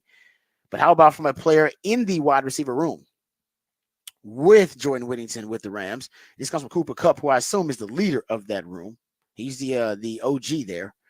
Here's what he said when he was asked about Jordan Whittington, who's already caught his eye a little bit. He said, quote, what he's done, he's been so impressive. The learning curve is so fast for him. He's really come out. You see him getting reps with the ones out here too. Pretty special dude. He's also got some gas. I think that just means like he's fast. He's saying he's getting some reps with the ones. Now, to get reps with the ones doesn't mean necessarily he's starting. That just means like they rotate him in. What I will tell you though, it means, especially in training camp, if a rookie like that is getting a rookie 6th round pick, so a rookie later round pick is getting reps with the ones. To me, it means the coaches at least trust him to be assignment sound early on, to know where he's supposed to be, lined up, and to not have mental errors early on. Remember, the Rams do a lot of pre-snap motions and shifts. That means there's a lot of chance for pre-snap penalties and for guys making pre-snap mental errors. And that means that he's not doing that if they're running him with the first team, because the last thing they want is for a rookie who doesn't know the playbook, isn't assignment sound, to be screwing up their valuable reps in practice and the valuable time they have. They only got a certain amount of time in practice. You got to be as efficient as possible. What you don't want is a guy having a penalty or a guy not knowing where to line up or a guy not knowing the route to run, and then that guy screws up your practice, and one play is supposed to take 10 seconds and it takes us 30 seconds to a minute because this dude doesn't know where to line up, and I got to go tell him, nope, get on the sideline. Go. We ain't got time for this. Watch and learn. Take a mental rep. They trust him. If he's out there getting reps with the first team, they trust him. And I wouldn't doubt if they're trusting him to be one of their best blocking wide receivers too. This is not something that really matters when you're talking about drafting a receiver really high. It's all what they bring to the table as an impact player. But Sark has said publicly that Jordan Whittington was the best blocking wide receiver in the conference, he thought, in all the Big 12. Nobody blocked better than Jordan Whittington because he took a lot of pride in it too. It was something that mattered to him. When he was asked in the pre-draft process what was his favorite play, he would often remark it was duo, which is a run blocking play. It's a combo block play, a combo block play at the point of attack. Basically, in its most rudimentary form, that's what it is. And he would talk about this play in the pre-draft process when scouts and coaches would ask him, what's your favorite play? They expected this dude to say, oh, I like the double slant, or we run a smash concept when I'm running the 7 route and I can run a post corner. It's an option concept, something a little bit more selfish. No, he goes selfless and says, that's a great question. We got this regular run play in our playbook called duo. We get in our bunch formation, and when we're running this play repeatedly, we're basically telling you that we're beating you both mentally and physically. It was our statement play, if that makes sense. We absolutely love that run play. We just run that play over and over and over again. Whenever we felt like the game was over, the opposing team couldn't handle that play. That was my favorite play. That's when I knew we had him on the ropes. So imagine him telling this to Sean McVay and the Rams. And what he doesn't know about Sean McVay and the Rams is that in 2023, no NFL team ran more duo than the Rams. They ran more duo than any team in the league. Matter of fact, they led the NFL in rushing attempts, running duo, rushing yards at the contact, rushing touchdowns, EPA, running a duo play. And Kyron Williams, the running back they got, I believe, in the 5th round, led the NFL in attempts, yards at the contact, touchdowns, and EPA running duo. He was, in terms of that play, he was the best running back in the NFL running that play. And that was a bread and butter run play for the Rams, or one of their bread and butter run plays. Nobody ran duo more than they did. So imagine them sitting here listening to Jordan Whittington say, oh, my favorite play is duo. Love that play. It's amazing. I love to block on that play. That's how we close out opponents, how we choke our opponents. And then Sean McVay and Leslie sitting there going, that's our bread and butter run play. That's what we do. That's our money play right there. And Les Snead also having the ultimate reference, because his son, Tate Haver, is a long snapper on the team. So he probably told them how awesome Jay Witt is. So he's got that in one ear, right? Personal recommendation in one ear. And then he listened to Jay Witt say, oh, I love blocking duo in the other ear. Matter of fact, the Rams like running duo so damn much. They drafted Blake Corum, I believe, in the 3rd round. Nobody ran more duo plays for more yards in college football, in all the FBS, than Blake Corum did on duo plays. Nobody ran duo more, and nobody ran a duo for more yards than Blake Corum. By the way, sidebar, Longhorns, Michigan, same offensive coordinators there, same offensive mind, Sharon Moore, they're going to run a lot of duo. Getting back to it. So that's a football theory in a nutshell. Rams run duo more than anybody else. That's why they drafted Blake Corum, because he runs duo more than anybody else. That's why the Longhorns should be paying attention to it, because they got to play Michigan, who's going to run more duo than anybody they play this year. And then go full circle, the Longhorns should know duo really well because they run a lot of duo, as Jordan Whittington has revealed, and that was his favorite run play. And that's part of the reason the Rams were so attracted to Jay Witt, is because he likes to block duo. Football theory, full circle. Boom, in a nutshell. All right, we come back. We'll get into a little off the record on the other side. And we'll come back and get into some crazy, wacky sports stories, or sometimes stories beyond the sports world. All that and more right here on the Rodcast, featuring Patrick Davis and Lifetime Longhorn. Rod Davis coming back on the horn.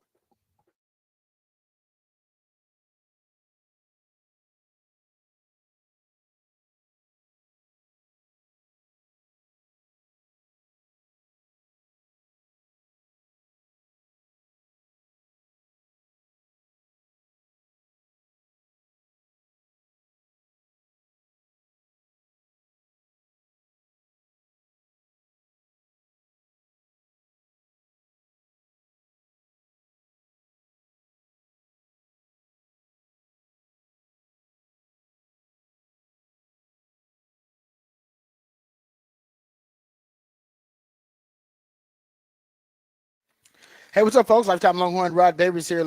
I know there's a lot of traffic in Austin, we know, but that's a good thing in some ways, because that means the city is growing and thriving. And one of the reasons it's growing and thriving is thanks to our friends over at Ironworkers Local 482. Many of the iconic landmarks that you see all around the city, you might be parked in front of them right now in traffic, were actually built and constructed by the skilled craftsmanship of Ironworkers Local Union 482, like the Pennybacker Bridge and D-Care Stadium. And now the folks over at Ironworkers Local 482 are constructing another big project right here in Central Texas, and they need your help. They're hiring around 3,000 people for this big project right here in Central Texas, offering competitive wages, competitive benefits, a pension plan. They even offer training for unskilled labor through their apprenticeship program. So right now is a great time for you to go ahead and become a member of Ironworkers Local 482. It's a great time to do it, because if you're looking for an exciting employment opportunity or a refreshing career change, or maybe you want a new challenge, or you want to feel valued by your employer, you can become a valued member of this prestigious organization, Ironworkers Local 482, and you'll take pride in the type of teamwork and craftsmanship that helps shape the future of our great city. So go online today and apply at ironworkers482.org. That's ironworkers482.org.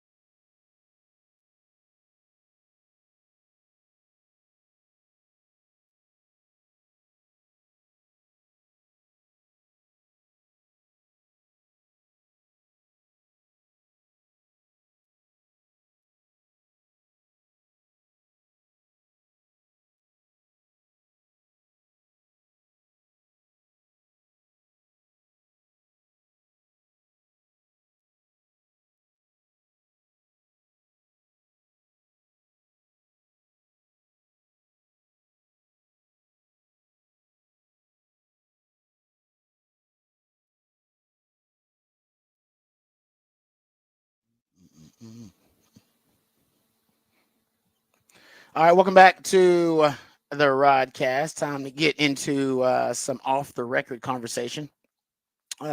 Couple of off the record topics.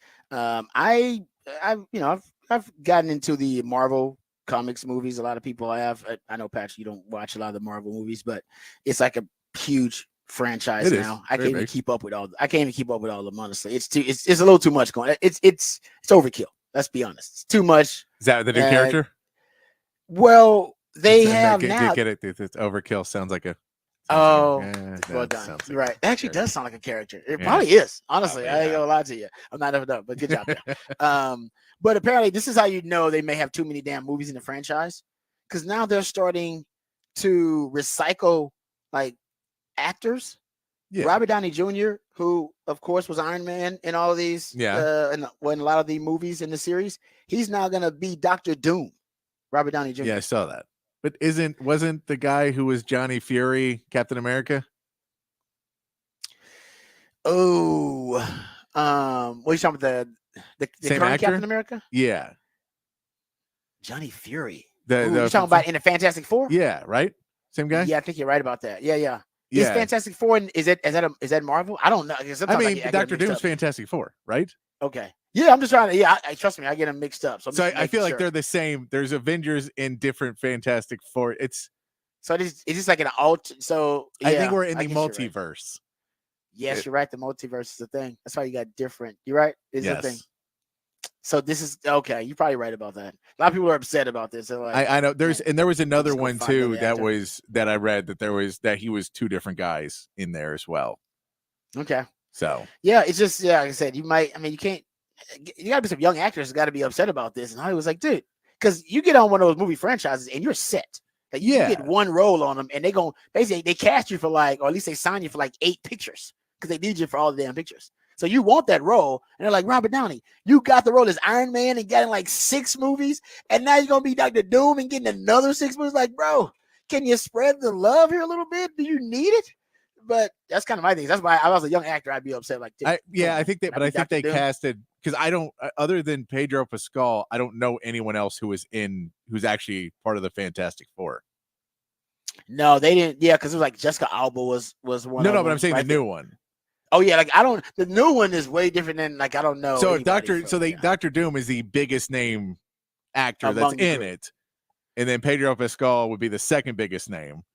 And then it's 3 other. So there still is people that you don't know, but you can't cast a movie now with no big names and expect it to be big box office. But people don't go to see actors that they don't know. Because then it's because if you put no big actors in it, then the movie studio doesn't care about it, which means it's going to not get as much money, which means it's going to get pushed out and then forgotten about and then pushed down. And nobody go, what a disappointment that franchise was. But aren't you going to be basically? Are you saying there are no other big stars in Hollywood other than Robert Downey Jr. that would agree to do it? Maybe not. Yes, I'm saying why? How you?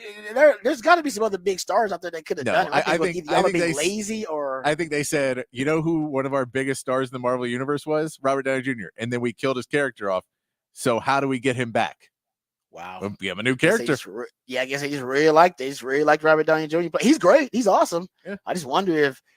Could you get somebody else to play one of the roles? I mean, dang, seems like we're running out of ideas in Hollywood. That's why they have so many movie franchises. They've been out of ideas for a long time. Exactly. They just they can't even not even the casting. They think running. Come on, y'all can't even get creative with the casting. Come on, they just don't. They're not. They're just putting it into an algorithm AI now. They're not even trying anymore. It's like AI just spits out a script and they hire these actors and it's like, all right, we'll do it. All right, we'll come back. We'll get into the last hour of the show. We got Rangers report coming up. We got Rod's round today. We'll talk some Cowboys, of course. We'll also review Team USA, the men's basketball team, in their first Olympic competition. We'll do all that, and we got another Horn headlines for you. So we're jam-packed. Last hour of the show right here on the Rodcast, featuring Patrick Davis on Lifetime Longhorn. Rod Davis coming back on the Horn.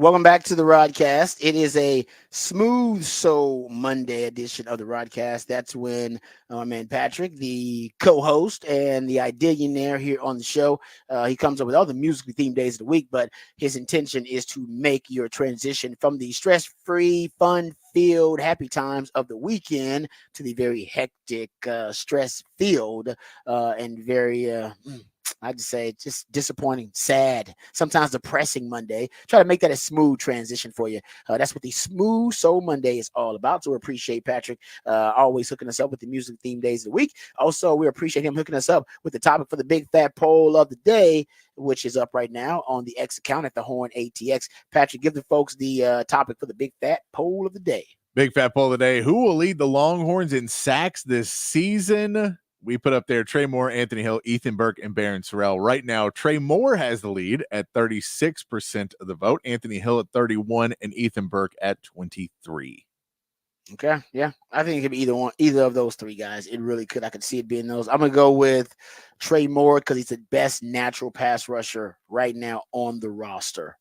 But I am not concerned. I am just curious what the rotation's going to be. I think that the only thing keeping Trey Moore from actually being the sack leader is the rotation. I know Anthony Hill's going to be out there a lot because he's your only linebacker. So he's going to be out there a lot, and they can be blitzing him, up the interior gaps. They can blitz him from the second level. They can put him on the edge like they did last year, and we know he's one of your best natural pass rushers. Sark said that last year. He was one of your best two pass rushers, and the guy was just a freshman. Like I always say, I think coverage and pass rushing ability, that's innate, that's natural, that's programmed. And then you got Ethan Burke, who started for you last year. And I assume, I haven't heard anything about him losing his starting job. So I'm assuming he's still a starter for you. Starters oftentimes end up playing a little bit more than the guys who rotate with them. Then that's Barron Sorrell, who's also a starter there too. So I'm worried about, at least I can say I'm curious about how many reps and how many snaps Trey Moore gets. If it was me, I would open with Burke and Sorrell. I would close with Trey Moore. Because my hope is that Texas would be up in games in the second half, third and fourth quarter. And that's what happened last year. Remember, you were up on teams. You were up 3 scores. You were up 20 to 21 points. And teams came back and made it a clutch situation late in the game. And you had to win by a game-winning drive, or you had to win by a clutch catch, or you had to win by a defensive stand. And you want to avoid that this year. So you want to get up on teams. And I think the way you avoid it is your pass rush can get home where you couldn't get home last year. Even when teams were in predictable passing situation and they were one-dimensional, everybody in the damn stadium knew they were going to abandon the run game and throw the football. K-State, U of H, TCU, you still couldn't close them out because you didn't have an elite natural pass rusher. That is Trey Moore. That's probably more Anthony Hill. That's probably more Colin Simmons. That's some Ethan Burke too. I mean, I would wonder early on in games, teams especially in the SEC, their first half early down pass rate is actually pretty low. I was doing some research on it, looking at the SEC trends. Sark's first down pass rate, especially early on in games, especially on his opening script. My man CJ Vogel had this stat on his opening drive every game. The pass rate is 75%. That's how often Sark passes on the first drive of every game. And I think that's more of a script thing. I think on his script, he throws a lot. And I think because Sark wants to shell shock you and he wants to wear you out with his speed. You can only do that really with a passing game. So the throws, they're screens, they're RPOs, they're quick game. They're not really, risky throws. They're high percentage throws. But it's a throw so he can show off his speed and also wear you out with his speed. That's the formula. And then late in the game, the big humans, after you're worn out from chasing the speed all day, and the big humans wear you down with the run game. Can you chase Texas for 2.5 quarters, and then in the fourth quarter when Texas is up, after you worn yourself out chasing speed, can you deal with them pounding the rock with a massive offensive line, mammoth big humans? That's really the formula. And then choke a team out with the run game, kind of how you did Bama on the road. And that is the form. That's why early on, I think he throws the ball more. So my point in the SEC, their pass rates, first half or down pass rates are really actually lower than Sark's. I believe they are around 55%, like 45% early down pass rate, 55% run rate. First halves early downs. So that shows you they want to run the football more in the first half and early downs. If that's the case, okay, then let's have your best run defenders out there. Ethan Burke, Barron Sorrell, after that you stop the run in the first half. But when you get up in games, once you're up a score, 2 scores, and they start abandoning the run, they start getting desperate, they want to throw the football, that's when you got Trey Moore, your natural pass rushers out there. And all they got to worry about pretty much is pinning their ears back, getting after the passer, because they're going to abandon the run by that point. That would be my thing. I'd make Trey Moore the closer. I'd have Ethan Burke and Barron Sorrell be my opener still. But I could be off about that. I don't know how they're going to use him. Yeah. I mean, everybody's excited about Trey Moore, but I don't know if Trey Moore's going to start. Maybe he will. I'm not sure. Yeah. So, I mean, yeah.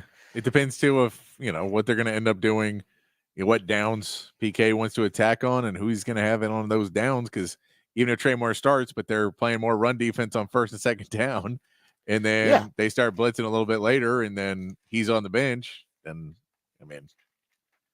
I'm with you. Like I said, I think it's gonna be interesting to see. You know what? And then there's the hot hand theory, right? So it was like basketball. Like you got your lineups in your head about what you're gonna do and what your different lineups are gonna be, and then somebody gets hot and you go, okay, well, hell with the lineups, guys. That guy is killing for whatever reason. That lineman cannot block this guy today. So I mean, and two, we're talking about do they find that somebody has a side that they really prefer?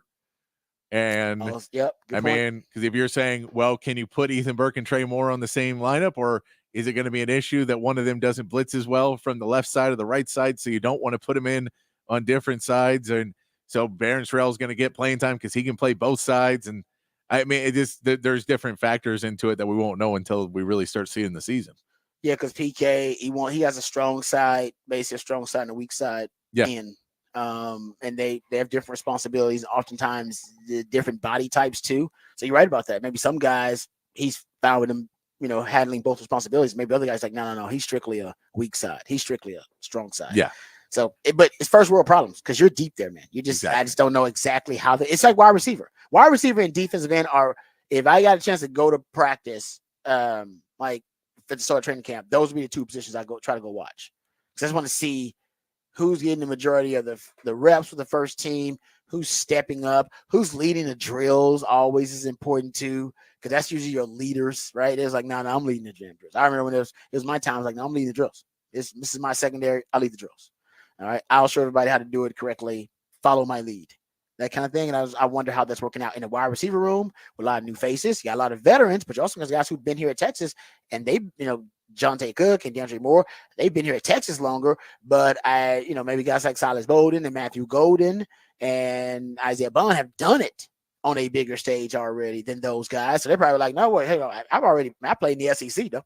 I mean, I got more of my resume than you got, but you have more skins on the wall and more street cred on the 40 acres because you've been here with Quinn more and the team more. So I don't know how that dynamic is going to work out. Really fascinating, compelling stuff.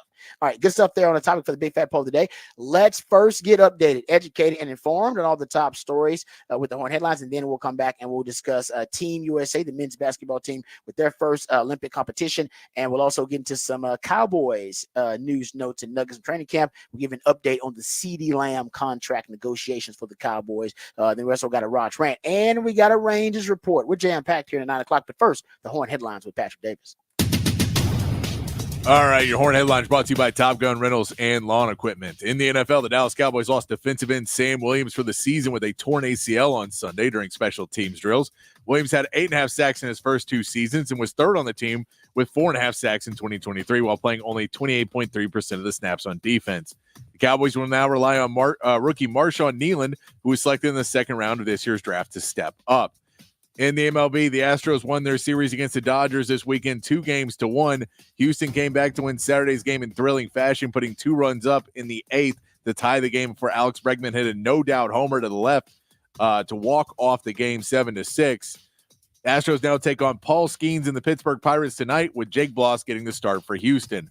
And the Rangers were swept by the Blue Jays over the weekend and lost starter John Gray to injury on Sunday before even throwing out his first pitch. Gray felt discomfort on his right groin while warming up in the bottom of the first and had to leave the ball game, putting the Rangers bullpen in a bad situation, with Michael Lorenzen unable to make it out of the first inning on Saturday. Lorenzen did end up pitching 4 innings on Sunday, but the Blue Jays still came out ahead 7-3. Nathan Eovaldi is scheduled. The scheduled pitcher for tonight, Rangers tonight, is they take on the Cardinals with a trade deadline looming.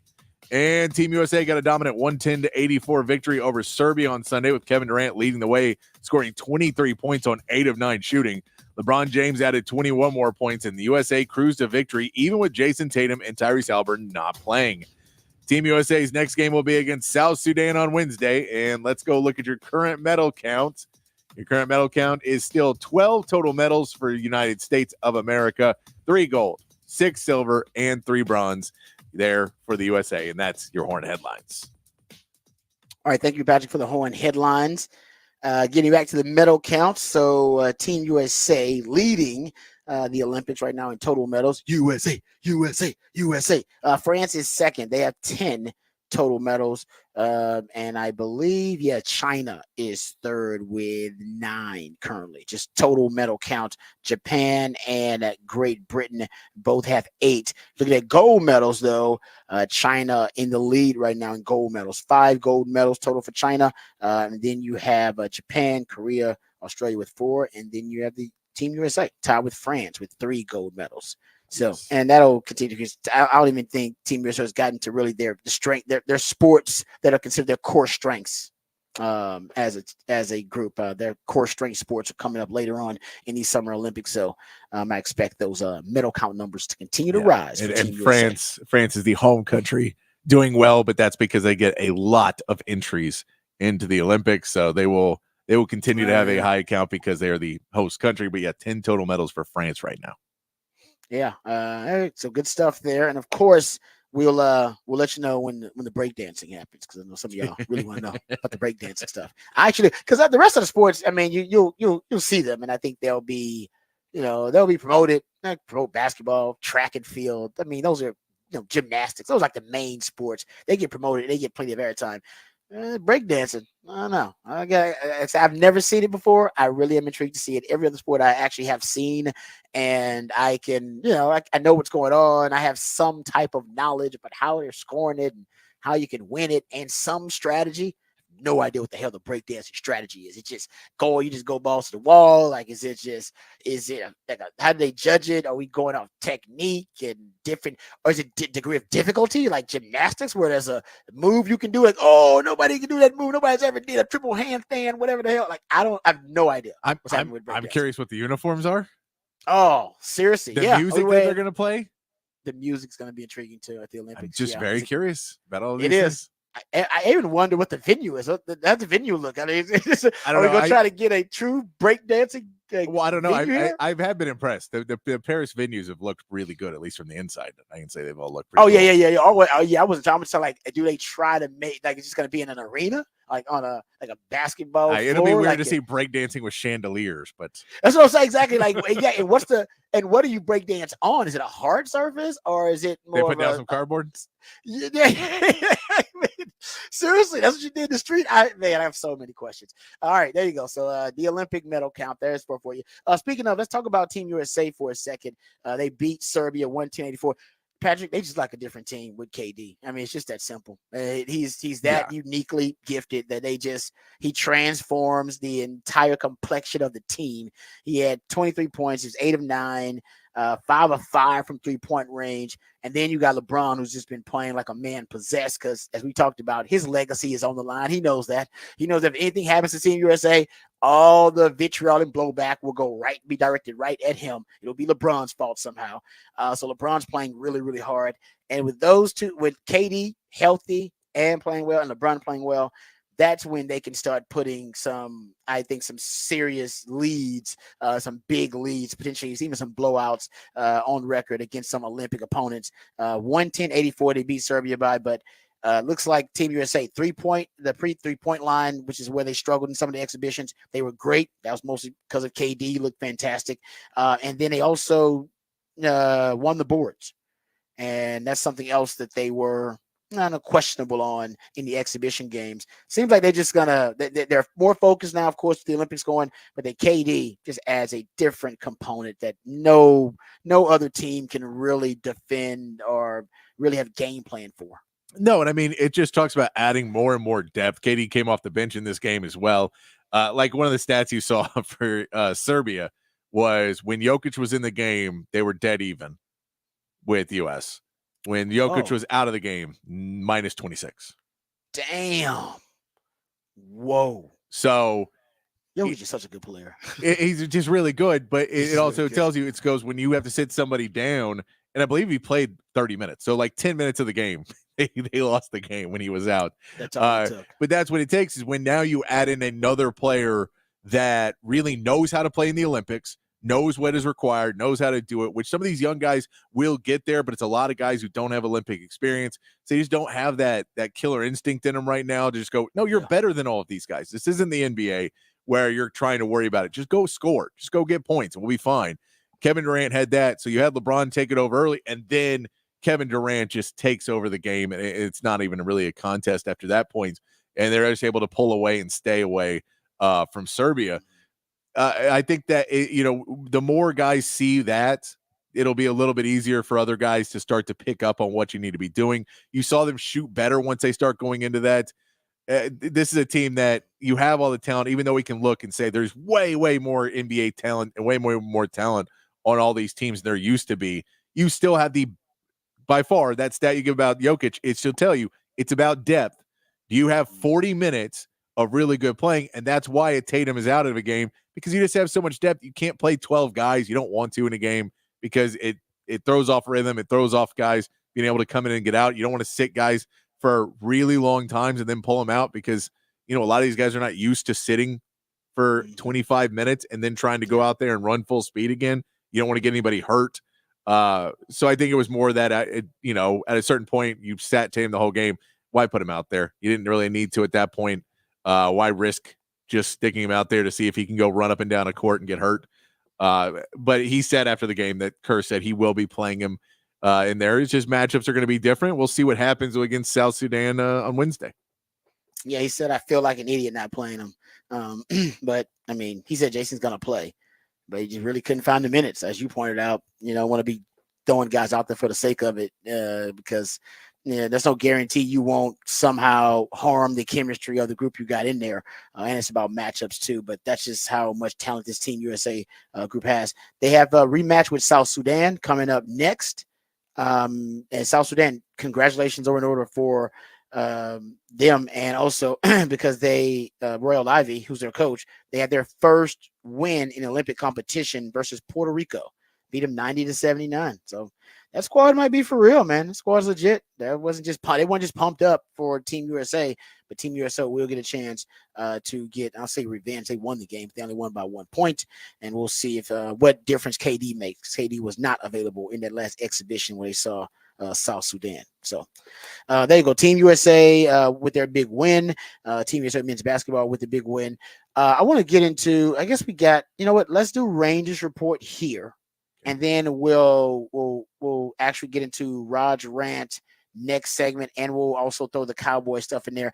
I got a Texans nugget I want to get to as well. So we'll do Texans and Cowboys next segment in Rod's rant. Also want to bring up that Dave Canales story. I think it's kind of related to the story about Sark and L'Oreal over the weekend, or at least it made me think of it. I don't know if it's related. It made me think of it because I thought it was a really interesting topic that Dave Canales has broached in the NFL about work-life balance. So we'll get to some of that. But first, let's get caught up with the Rangers report. The Rangers report is brought to you by Texas Truck and Trailer.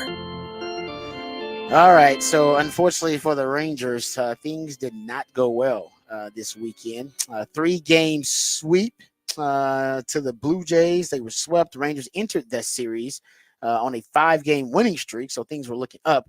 They were only a game below 500, but obviously the weekend did not go as planned. And now with the trade deadline looming and close on the horizon, a lot of Rangers fans are wondering, are they going to be buyers or sellers? Well, they did make a trade, and they added a catcher. I'm not sure what this says about their mentality with the trade deadline approaching, but Carson Kelly is headed to the Rangers. Longtime Major League Baseball catcher who was splitting time with the Tigers and is now likely to be splitting time with Jonah Heim. He's or maybe Andrew Knizner. Andrew Knizner. He's also one of those guys where he has struggled at the plate, they say here. He's batting, I think it says at 242 I believe it is. Well, not so. There's 7 home runs. So I don't know if that's a huge upgrade for you in terms of the bat that he's bringing. But they did make a trade. So does that make them buyers? I think they're still on the line. Everything's reporting that they're looking more like buyers right now. Okay. I mean, the trade deadline is tomorrow at 6 p.m. So if they're going to switch to sellers, it would have to be pretty quick. There's not a lot of sellers, so you could probably get a pretty good value if you wanted to. They also feel they're not far out. That sweeping the White Sox there, I think, kind of pushed them more to wanting to be buyers. We know the Seattle Mariners traded for Randy Arozarena. So he is they're adding in to try and be buyers. Everyone believes the Astros are going to try and make a move at the deadline. So if you want to stay in that AL West conversation, you're going to have to be a buyer as well. They do believe Josh Young, he's looked pretty good in his rehab starts. They believe he could be coming back really, really soon. So if you add him in, that is another bat that they feel can get him going a little bit more. It does not feel like they're going to be sellers. They may not make a huge deal, but everything I'm reading about rumors, nothing really has them as sellers right now. We say in the Hornet headlines, Eovaldi is your scheduled starter. That'll be the biggest one to watch. If Eovaldi starts, it's less likely he gets traded. But if he gets pulled out of this start before the game, then that means they're officially hitting the seller's market, and he's at least in talks. And someone doesn't want him to, use another 7 innings and not be usable for a couple more days. They'd rather have him. So that's just a big one. If he starts tonight's game, I think then he's pretty safe as the Rangers. I mean, not fully. Clearly, if someone comes with a great, package or something like that, he's still going to go. Kirby Yates would be the one that I'd still watch the most of a reliever and somebody just trying to go out and get him. But overall, the reports are that they've looked to be a buyer more than a seller, and then hoping that you get a couple guys back in that lineup. Evan Carter, you're hoping will be back. He's been a little slow on his return. Josh Young has been a little slow on his return. But you've been looking over the Astros. The Astros are perplexed that Kyle Tucker's still not in that lineup. They thought he would have been back a month ago. So, there's other teams that are struggling with the same things you are. But if you get Evan Carter and Josh Young back, that's like adding 2 players in the back stretch too. Maybe one more bat, maybe one more person in your rotation. But they don't feel they're ever that far off. They're 4.5 games back right now from the AL West. Mariners and Astros kind of right in that tie for the top. So you're not that far out of it. And I think they're going to be buyers instead of sellers. I know. I remember you posed a question for the topic for the Big Fat Poll today last week. What should the Rangers do? Should they, obviously, should they be buyers? Should they be sellers? Should they stand pat? And I said, man, I just can't see them being sellers the year after winning the World Series. And one of the more, I thought, one of the more notable things about their World Series run was that I thought they were ahead of schedule. Yeah. And I was like, and if they thought they were ahead of schedule, which a lot of people did, then basically all you need is to tweak some things, and you need people to get healthy, and then you should be able to make a run here at the end of the season potentially.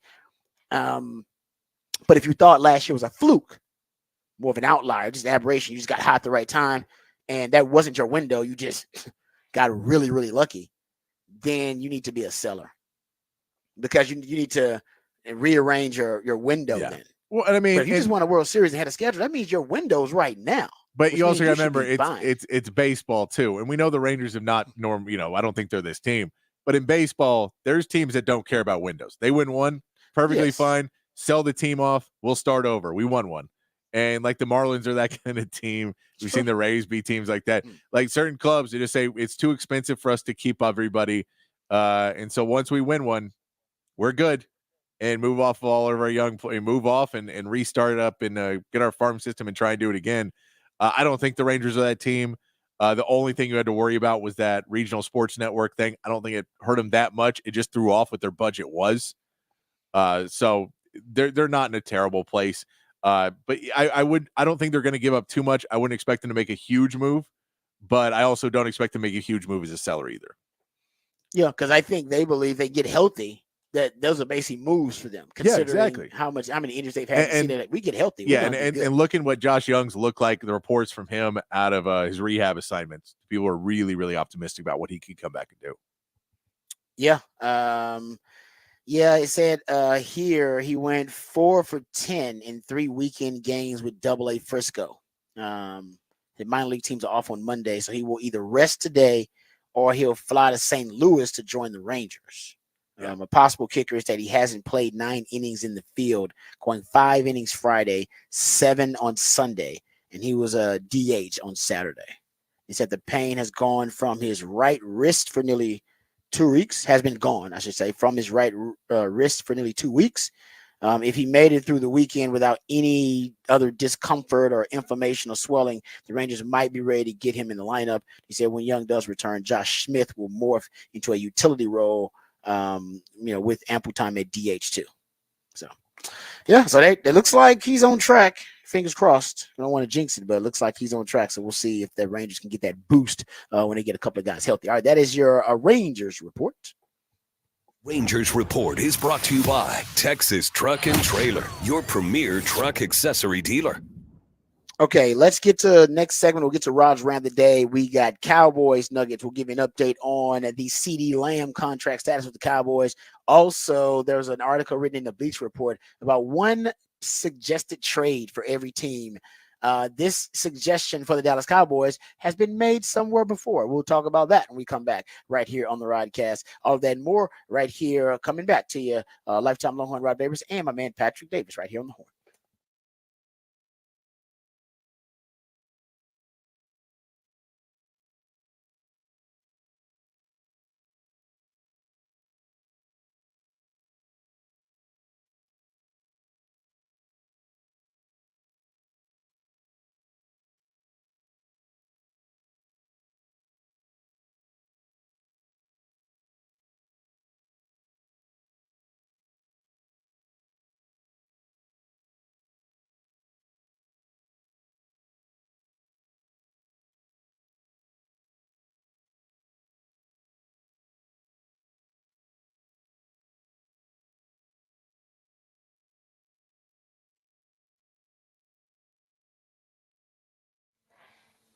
Hey, what's up, folks? Lifetime Longhorn Rod Babers here. Austin, we know it's a great city, aside from the traffic. But the traffic is just a sign that the cities continue to grow and thrive. And as our city continues to grow and thrive, so do our friends over at Ironworkers Local Union 482. Many of the iconic landmarks we love in this city were created and built by the skilled craftsmanship of Ironworkers Local 482, like the Pennybacker Bridge and DKR Stadium. The folks over at Ironworkers Local 482 don't just go to the office, they build it. So if you're looking for an exciting employment opportunity or refreshing career change, or you want a new challenge, or you want to feel valued by your employer, you can become a valued member of this prestigious organization, Ironworkers Local 42, and right now it's the perfect time to do it. They're hiring over 3,000 people for a huge project right here in Central Texas. They're offering competitive wages, competitive benefits, a pension plan. They even offer training for unskilled labor through their apprenticeship program. So what are you waiting for? Become a member of Ironworkers Local 42 and take pride in the type of teamwork and craftsmanship that helps shape the future of our great city. So go online today and apply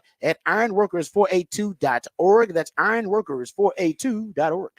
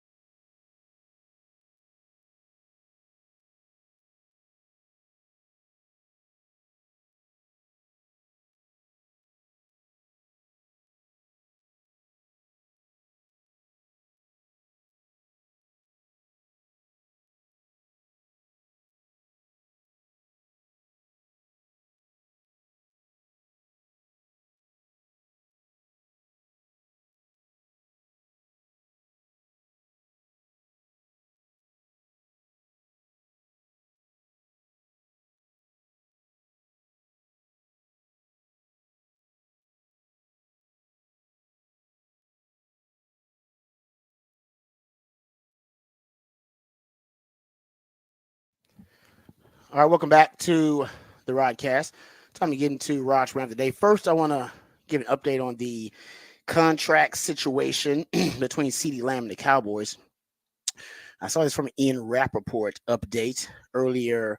I saw it yesterday, actually. So CeeDee Lamb, on Sunday, it was noted by Ian Rappaport. I'll just read the blurb to you.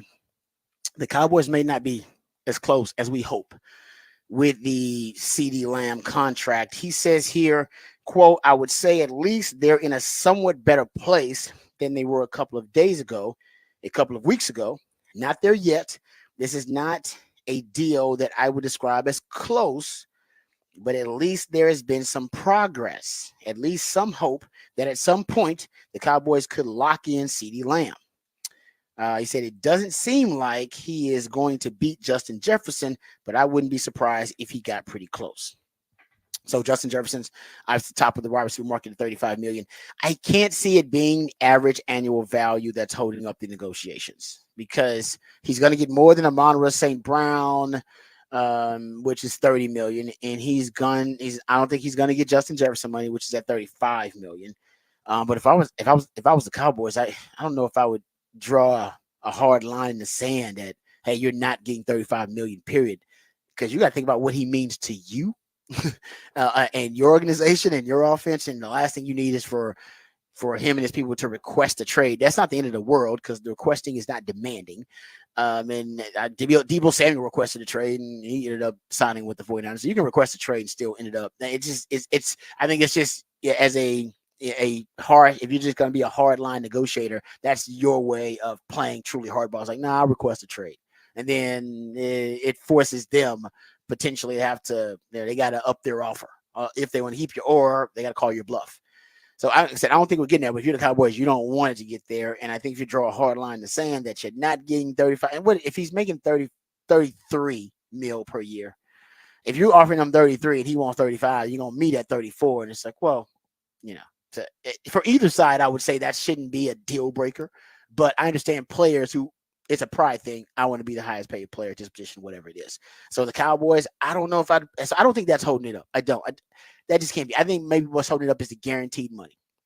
I think it's guaranteed money and the amount of cash the Cowboys probably are reluctant to spend in these deals. More and more, we just saw Jordan Love. He signed a 4-year deal. $55 million per year, and none of that really matters. It's a nice little number to throw out there, but that number doesn't matter. What matters is the cash in the deal, the guaranteed money in the deal. So it's a 4-year deal with $155 million in guarantees, and $75 million of that came in a signing bonus. That's what you want. That's what you want. And so it's $155 million of it guaranteed, and then more than half of that came in close to half of that came in a signing bonus. That's what you want. Like that signing bonus is literally cash up front. Sign that line, boom, transfer it to your account, cash. You got it. But that means the team needs to have that liquid cash and be ready to spend that liquid cash. Whatever it is, 75 million, 150 million, whatever it is. And I got a feeling if all three players for the Cowboys if they all want top of the market money, which based on Stephen Jones' report, they all do. They all want to be paid like the highest paid non-quarterback and the highest paid quarterback. And I don't blame them. If that's the case, in a league where you don't have guaranteed contracts, all the really good agents out there, David Mulligetta, the best agent, the Johnny Cochran of NFL agents, who got Deshaun Watson a fully guaranteed deal and got $155 million in guarantees for Jordan Love. Trust me, he's looking for the guaranteed money, and all the smart agents are. So this ain't NBA, this ain't Major League Baseball where the whole damn thing is guaranteed, but you got to get a large percentage of that guarantee in that deal. The rest of it is funny money. Fugazi, wazi, woozy, don't even matter.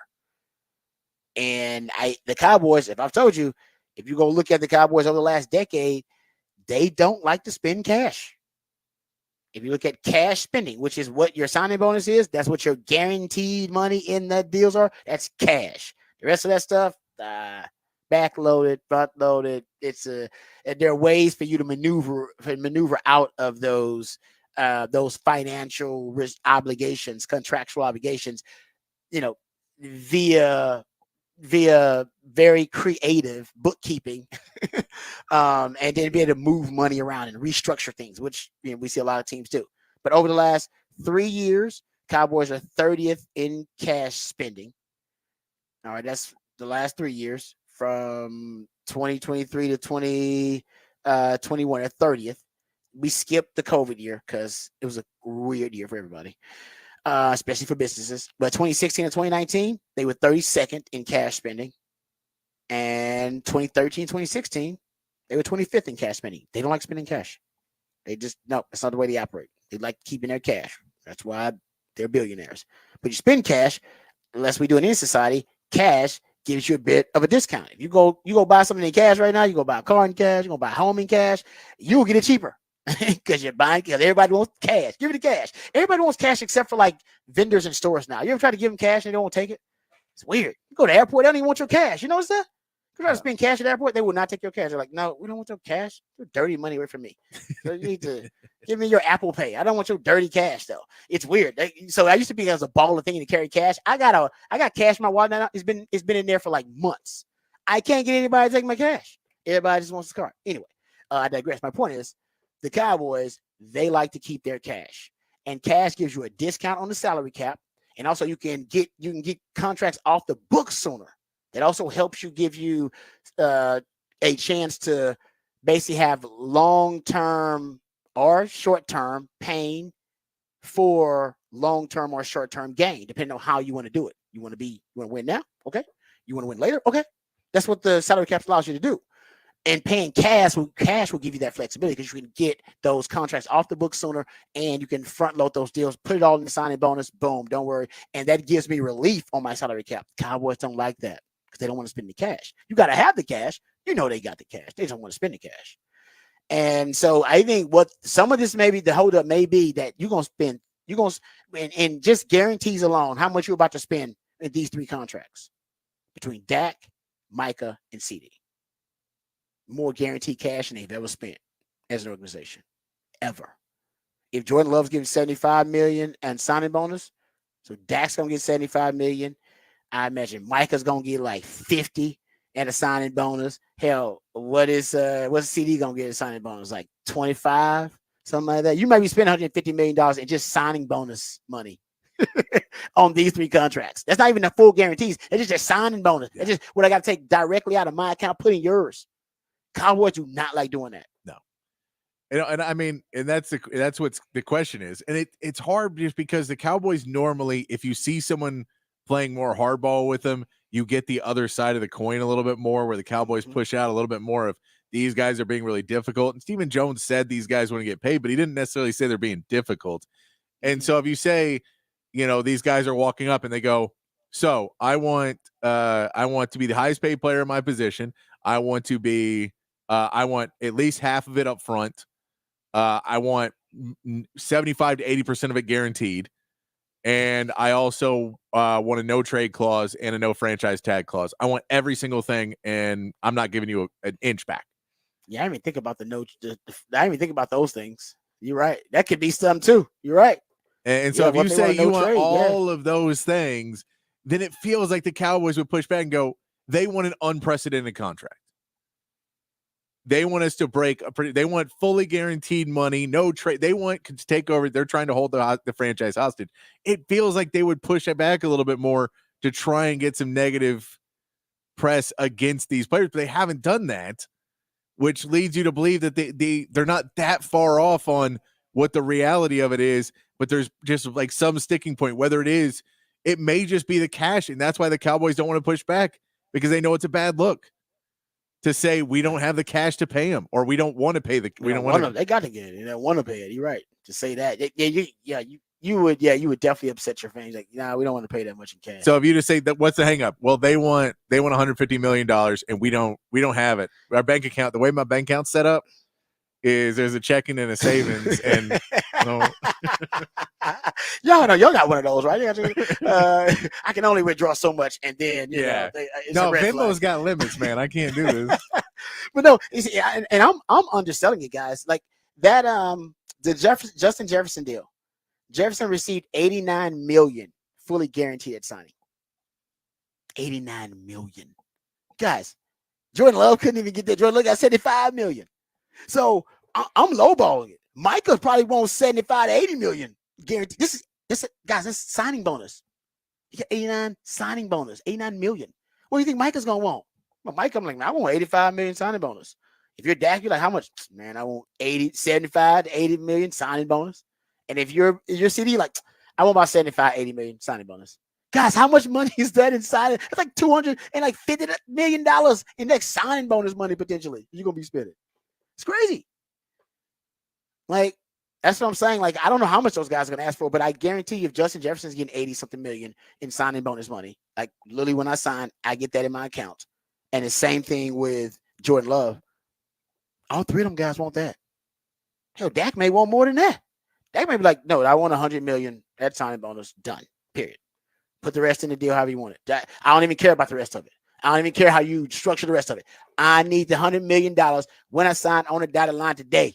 And you can structure the rest however you want to do it. Good for you. And then Michael might be like, yeah, I want 75, 80. Guys, Cowboys have never paid this much. They don't spend a lot of cash. And now you're testing them to spend more cash than any other organization in the NFL on 3 contracts. They could be reluctant. Just said they could be reluctant.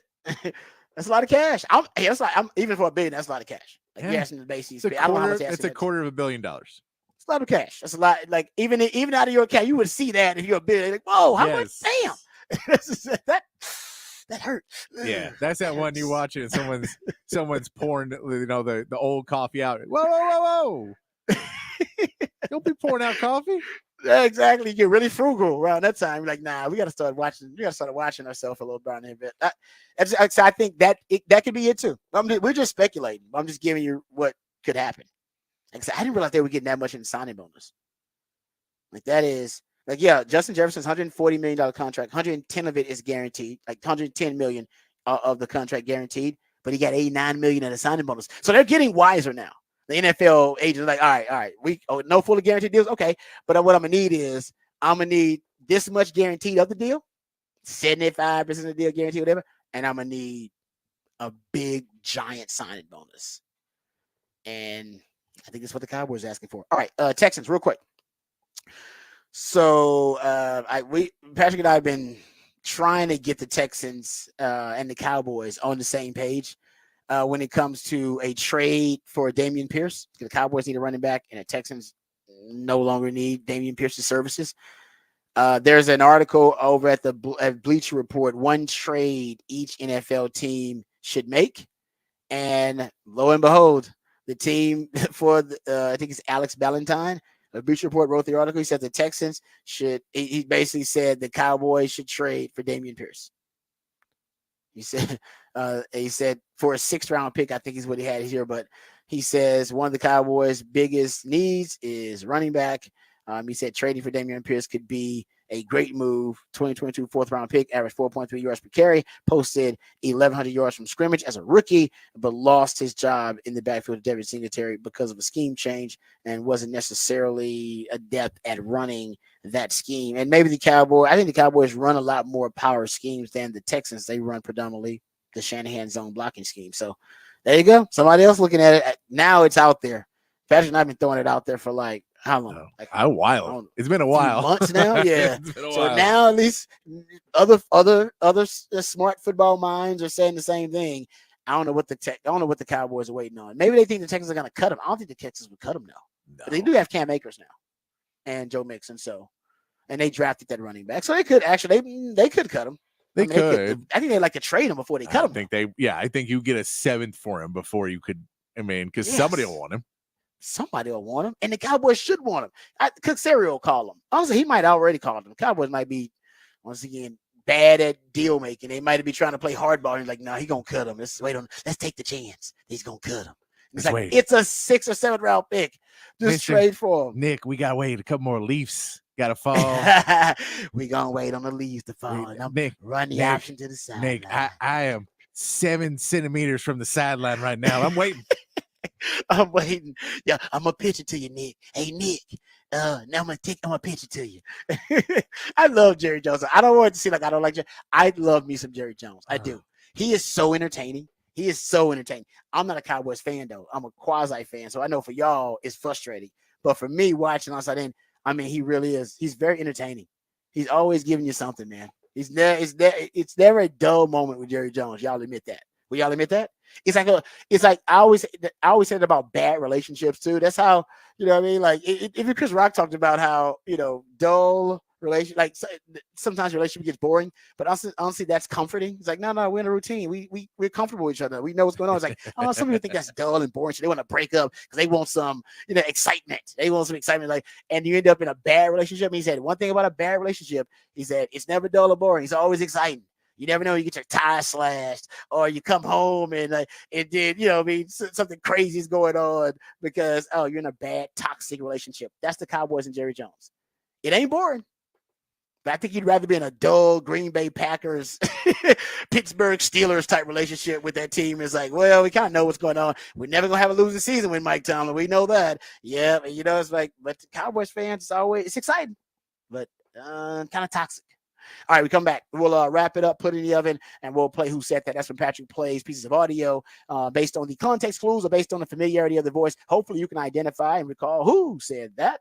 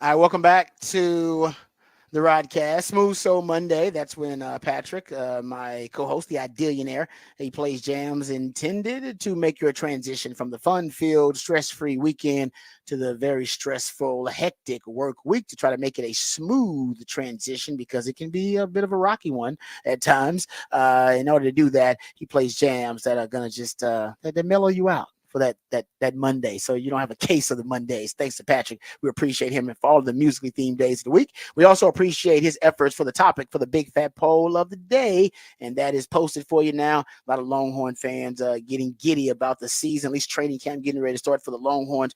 The big fat poll of the day: who will lead the Longhorns in sacks this season? And so if you missed one, you can leave that. Matter of fact, we did get a comment, Jere Bledsoe. They said we missed one. So Dre Bledsoe is really got some Longhorn fans excited too. But the question is, Who's going to lead the team in sacks this year? Trey Moore currently leading this poll. 38% of you voting said Trey Moore will lead him. That's my guess too. The natural pass rusher, probably the easiest guess. He's already been there and done that. But Anthony Hill second with 30% of the vote, and Ethan Burke with 23% of the vote for who you think is going to be the leading sack artist for the Longhorns. All right, before we get out of here, we got to play Who Said That. That's when we play pieces of audio, and hopefully based on the context clues or based on the familiarity of the voice, hopefully you can recall and identify who said that. Our DBs, Sting is competing every day with our wideouts. Lassiter is competing every day with our wideouts. Probably the guy in the back end that I've had the most fun watching so far has been Petrie. I love him. Yeah, Petrie's been competing his tail off in the run and pass game. It's not just like, Petrie's on us and he's doing a great job in coverage. We got to be ready when we go and we block Petrie right now in the run game, which is a credit to him. It's been fun. So there's so many guys on defense that have strained us. Oh, yeah, that's Bobby Slowick, offensive coordinator for the Texans, talking about going up against that Texans defense. They made some moves in the secondary. Got Petrie playing a lot more nickel now in the secondary. They brought in those two corners. Hopefully one of those guys can step up in that role opposite of Derek Stingley. So that the back end of that defense, I expected. And they've been really big on Aziz, the young man they brought in, that linebacker. Yeah. Talk about his leadership role too. So we'll see. They take a step this year because Stingley last year ended the season like one of the best corners in the league. They're going to have to pay him. If he has a good season, they're going to pay him. I know. We've already seen him getting a fight at camp with Dalton Schultz. There you go, man. Oh, did he really? It was just, he's just in camp. Oh, I know. I'm happy. No, I'm happy about it.